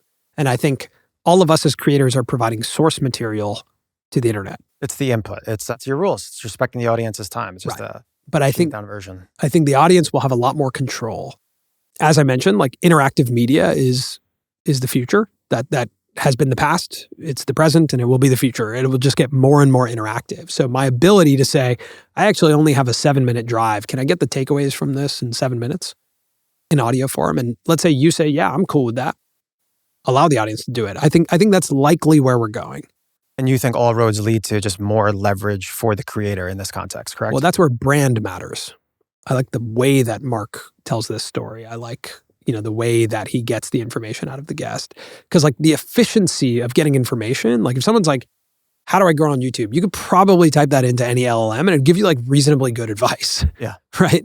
But if you want to hear the stories from me, or you want to hear some of my lessons, or you want to hear the way I talk, or let's say you hate the way I talk, then you're not going to want this. There's a lot to learn from the fact that in the most efficient time in the world right now, like the opportunity for us to be efficient in everything we do is available to us. We also had the biggest music tour ever with Taylor Swift. People got out of their house, drove in their car and went to go see something. That's like the most inefficient way to listen to Taylor Swift, but one of the best human experiences. So there's a lot of and in the world of technology that I think we don't talk about. I think we oftentimes talk about or, where we're like, oh man, AI is going to replace everything. It's like, no, it's going to give more optionality to people. It's going to give that optionality to engage with my content and for everyone to have a different version of a single piece of content. So if you kind of look at that in like a triangle, I would just say one piece offline, I think big future there. And then from a digital perspective, let's just say YouTube and online, and then Hollywood being that other prong. Yeah. I think Hollywood is dead. Do you think Hollywood is dead in this case? I mean, I grew up in LA. I went to the studios a lot when I was a kid, like the lots. And like, if you look at the lots today, nothing's being shot here. So I have a lot of concern as an Angelino that Los Angeles is at risk because Hollywood is gone from here. My hope is to help to bridge some of that gap. But yeah, I mean, like, I think Hollywood makes a lot of decisions that don't make that much sense. Like the Chad Powers decision, I think. They don't make financial sense. I mean, seeing these Jimmy Kimmel is $60 million. So it's crazy. They're irrational deals, but they don't respect the audience. They don't respect the fact that, like, as an audience member, I'm a part of this process. You no longer get to have the entitlement that, like, if I make something, you should watch it, right? Like, it's no longer that. I mean, sure, if you make something excellent, but you have to kind of throw something at me and see my reaction and build it with me. Like, as creators, we build content with our audience, not for our audience. And that, I think, has to be the ethos of Hollywood. And they have to learn how to think like a creator, how to go, okay, we're building this with people. Makes sense. So in that case, you just think like the big budget, big movies, like those are probably less of those are going to happen. It's going to move shift more towards this MVP. There's people who have impeccable taste, right? I think the whole team at A24 has like impeccable taste. Agree. Like I'm like, yeah, make me a movie. I'll go sit in the theater and watch it. Like you guys are artists. Like you have taste in a way that a lot of people don't have taste. But I think what we're seeing is a lot of fear in creativity, where it's like, I'm afraid this won't work, so I'm going to do the thing that I assume will work. That's why they need to go on a lesser budget and do the MVP on YouTube to test. Right. Yeah, I mean, when in Hollywood, if you're afraid that something's not going to work, then you go, let's make let's revitalize an IP, right? So like, why are there so many Spider-Mans all the time? It's like Spider-Man works, so like, you know, make another Spider-Man because it puts butts in seats, or like package with a ton of celebrities and like pray that because all these celebrities are in something, that something happens. What do you think is the next big like genre or format shift in YouTube moving forward?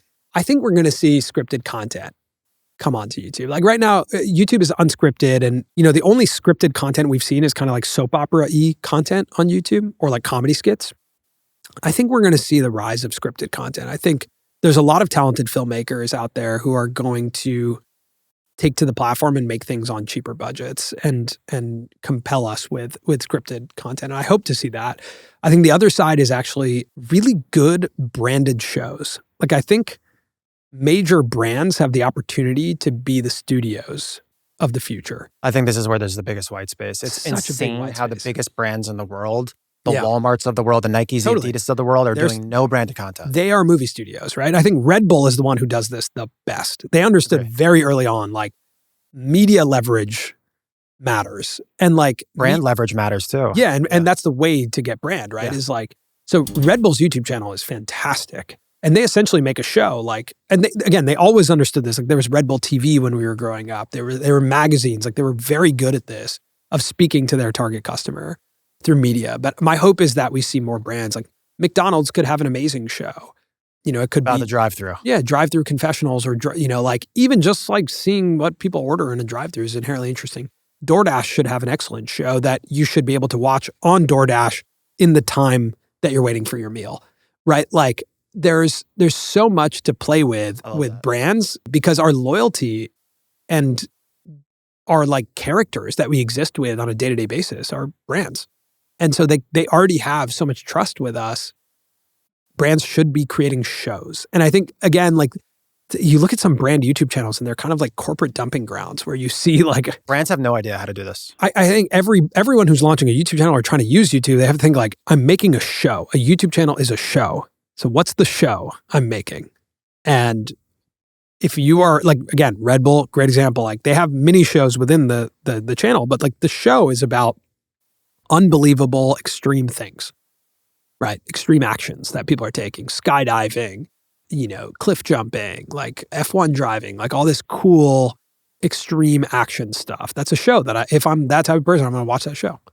For the creators out there listening, you need to just hold out, because what this is telling me is when these big brands, you unlock their budgets, which are absolutely insane. If you're a creator that has trust at minimum, with distribution, you're going to have so much leverage in these conversations. Crazy, yeah. You're talking about packaging a ton of celebrities on the cover of a movie poster. To be able to do that and it backed by marketing deliverables of like, I am going to cross-post this here or do a co-brand here. You're going to have all the leverage. Yeah, it's just like honestly understanding attention.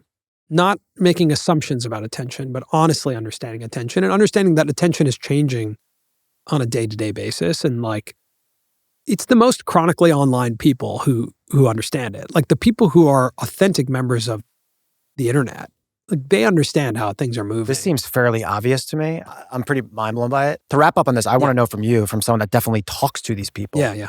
Why is it not happening? Why has it not already happened? I think there's a lot of history in the agency business, right? Where like X brand spends with X agency and that agency says they're good at social content, but they're not actually that great. They don't understand. Like it's all like the like success metrics of it all are kind of all murky.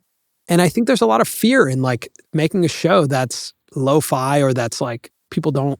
I just have noticed like the incentive structure is not like, hey, let's just try. It's not the like move fast and break things where let's just try and see. And what if it doesn't work? Let's just have a massive budget, hire all the big agencies. Exactly. Let's RFP this. Let's take 6 months on it. Let's build the show. It looks really good. It looks pristine. Put it out. And like now you're making 2006 television for the 2025 internet and like no one cares. You know what's so funny? If like McDonald's put out an RFP and just the budget was 10% of their budget, I actually think it would outperform because they would just get a different caliber of people to opt into it, and they would X out all of the big agencies. Yeah, but I think one of the best campaigns I've seen was from a creator named Anthpo. Anthpo is the most interesting human on the internet. Like, if you listen to one episode from our show, I'd recommend listening to Anthpo.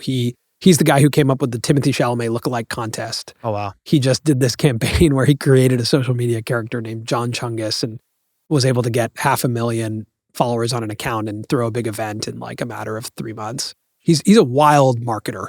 People call him the Banksy of Gen Z. And he did a campaign with Crocs where he launched a TikTok account called Kid with Crocs. And it was this masked character, like a human, who went around putting Crocs on all the statues in New York City. It was a series of like 8 or 12 TikToks. It did like well over 16 million views across all of them.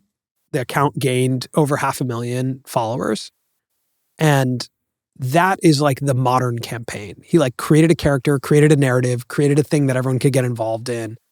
And imagine, like I give him so much respect for pitching that to Crocs and for Crocs going, yeah, this is a campaign that'll unfold over 6 months, over 8 TikToks of a fictional character named Kid with Crocs who's going to put Crocs on all the statues in New York. That's a crazy idea. And you don't see that. I've never heard of this guy. Like you never see this. Yeah. Makes sense. Yeah, I said it a long, long time ago in one of the past episodes. I don't know if you know Trevor Wallace, the comedian. Yeah, of course. Now. Yeah. When he had like 40,000 or 50,000 followers, we made up this character named Dennis Gallagher, and he was some loser that looked at the iconic art. Yeah. And it changed him into this highly productive human. Oh, cool. I think 500,000 on YouTube. Went absolutely crazy. Completely outside of the box, just creating this alter alias character. But you got to be chronically online to understand that. Like you just got to know that that is what the internet and people will connect with. You need an outside the box budget, probably outside of the core budget. I want to go into working with Colin. Yeah. What's the one reason you think your partnership with Colin has lasted this long? Shared set of values, I would say, is probably the most important. Like, we understand where each other comes from a decision-making perspective, like what decisions we're making. And I would say like one of our core values also is just having each other's back, just always having each other's back. Even during the fire, I mean, he lost his house too.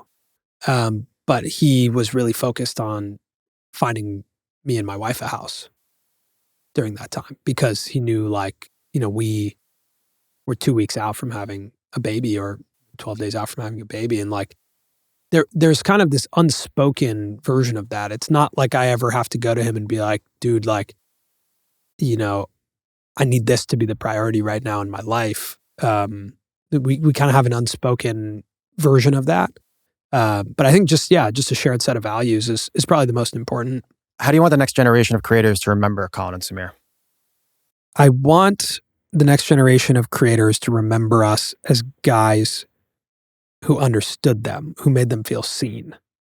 I'd say that's it. It's just like, do you watch something from us and go like, damn, I didn't know anyone else felt that way. Or I'd never heard that articulated in that way. That's my hope. I love that. Yeah, I mean, I think you guys definitely have like a sense of authenticity that comes through. It's very obvious in meeting you in person or seeing on camera. So love that. All right, we're just going to go into the quick-strike questions and then last 4 questions. What's the biggest red flag in a brand deal pitch?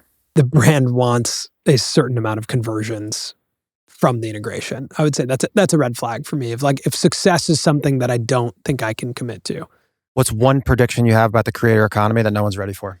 I think the malleability of content through AI. I think the fact that people will be able to have completely bespoke experiences on the internet. Like few people will have the same experience.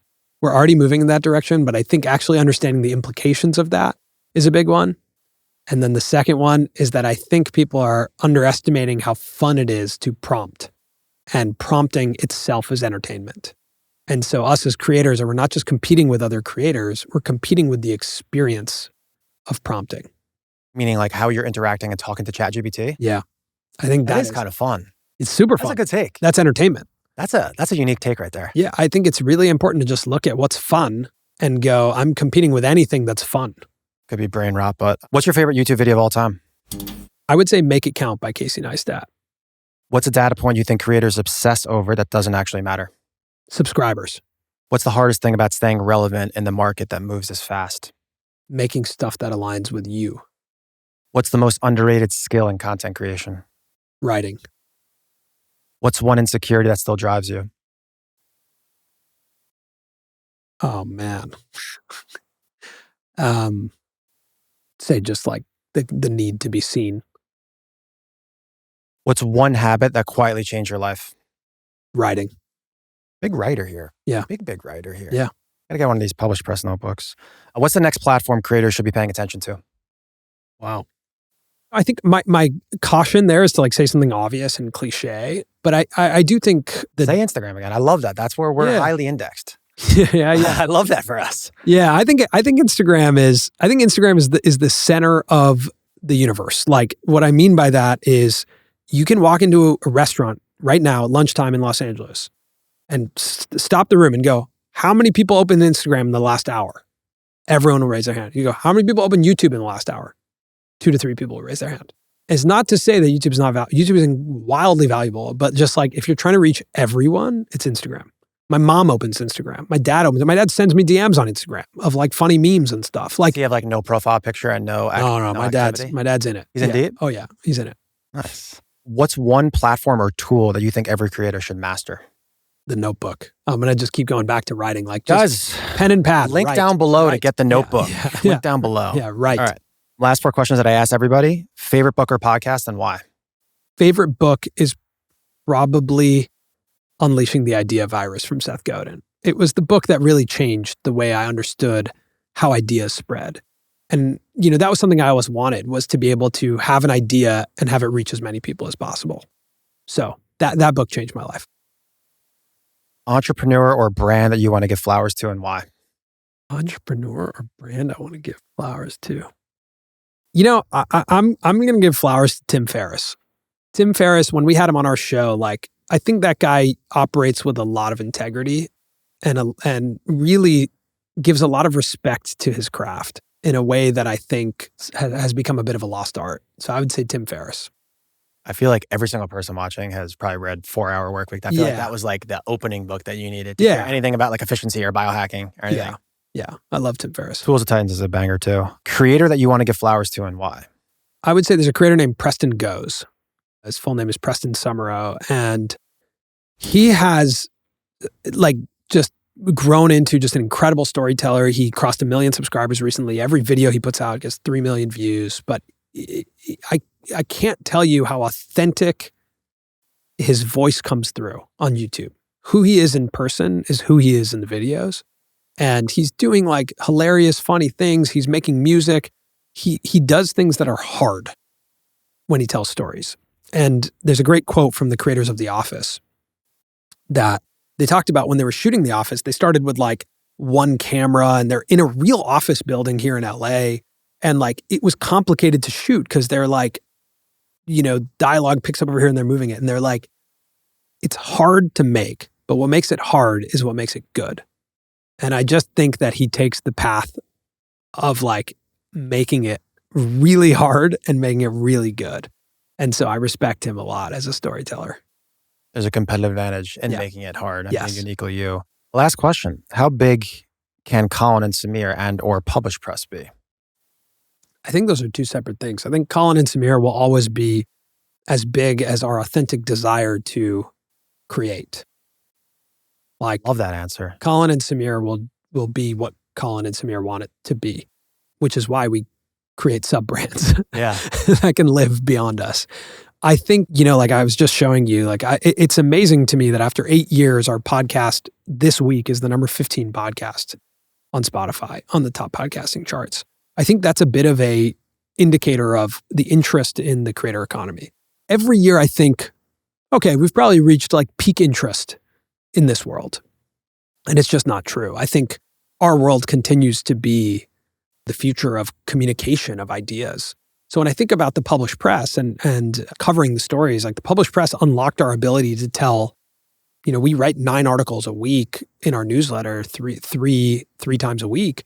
And now we're doing events and we're doing more articles and like telling more stories and really learning about all types of different creators. I think that can get really big. I think it'll need support for it to get big. And I think it'll need, more organizers for it to get big. But I think like cataloging the stories of this modern media landscape can get very big. I agree. Dude, I appreciate your time so much. We went over 3 hours. Why don't we end with where can they find you and everything? If you just search on YouTube, Colin and Samir, you search on Instagram, Colin and Samir, you'll find us. And I would say if you're watching right now at the end of this episode, first of all, thank you for spending your time with us. I hope it was worth your time. I hope you got something out of this. I'm sure you'll put some links below. Yeah. But just type in Colin and Samir, you'll find us.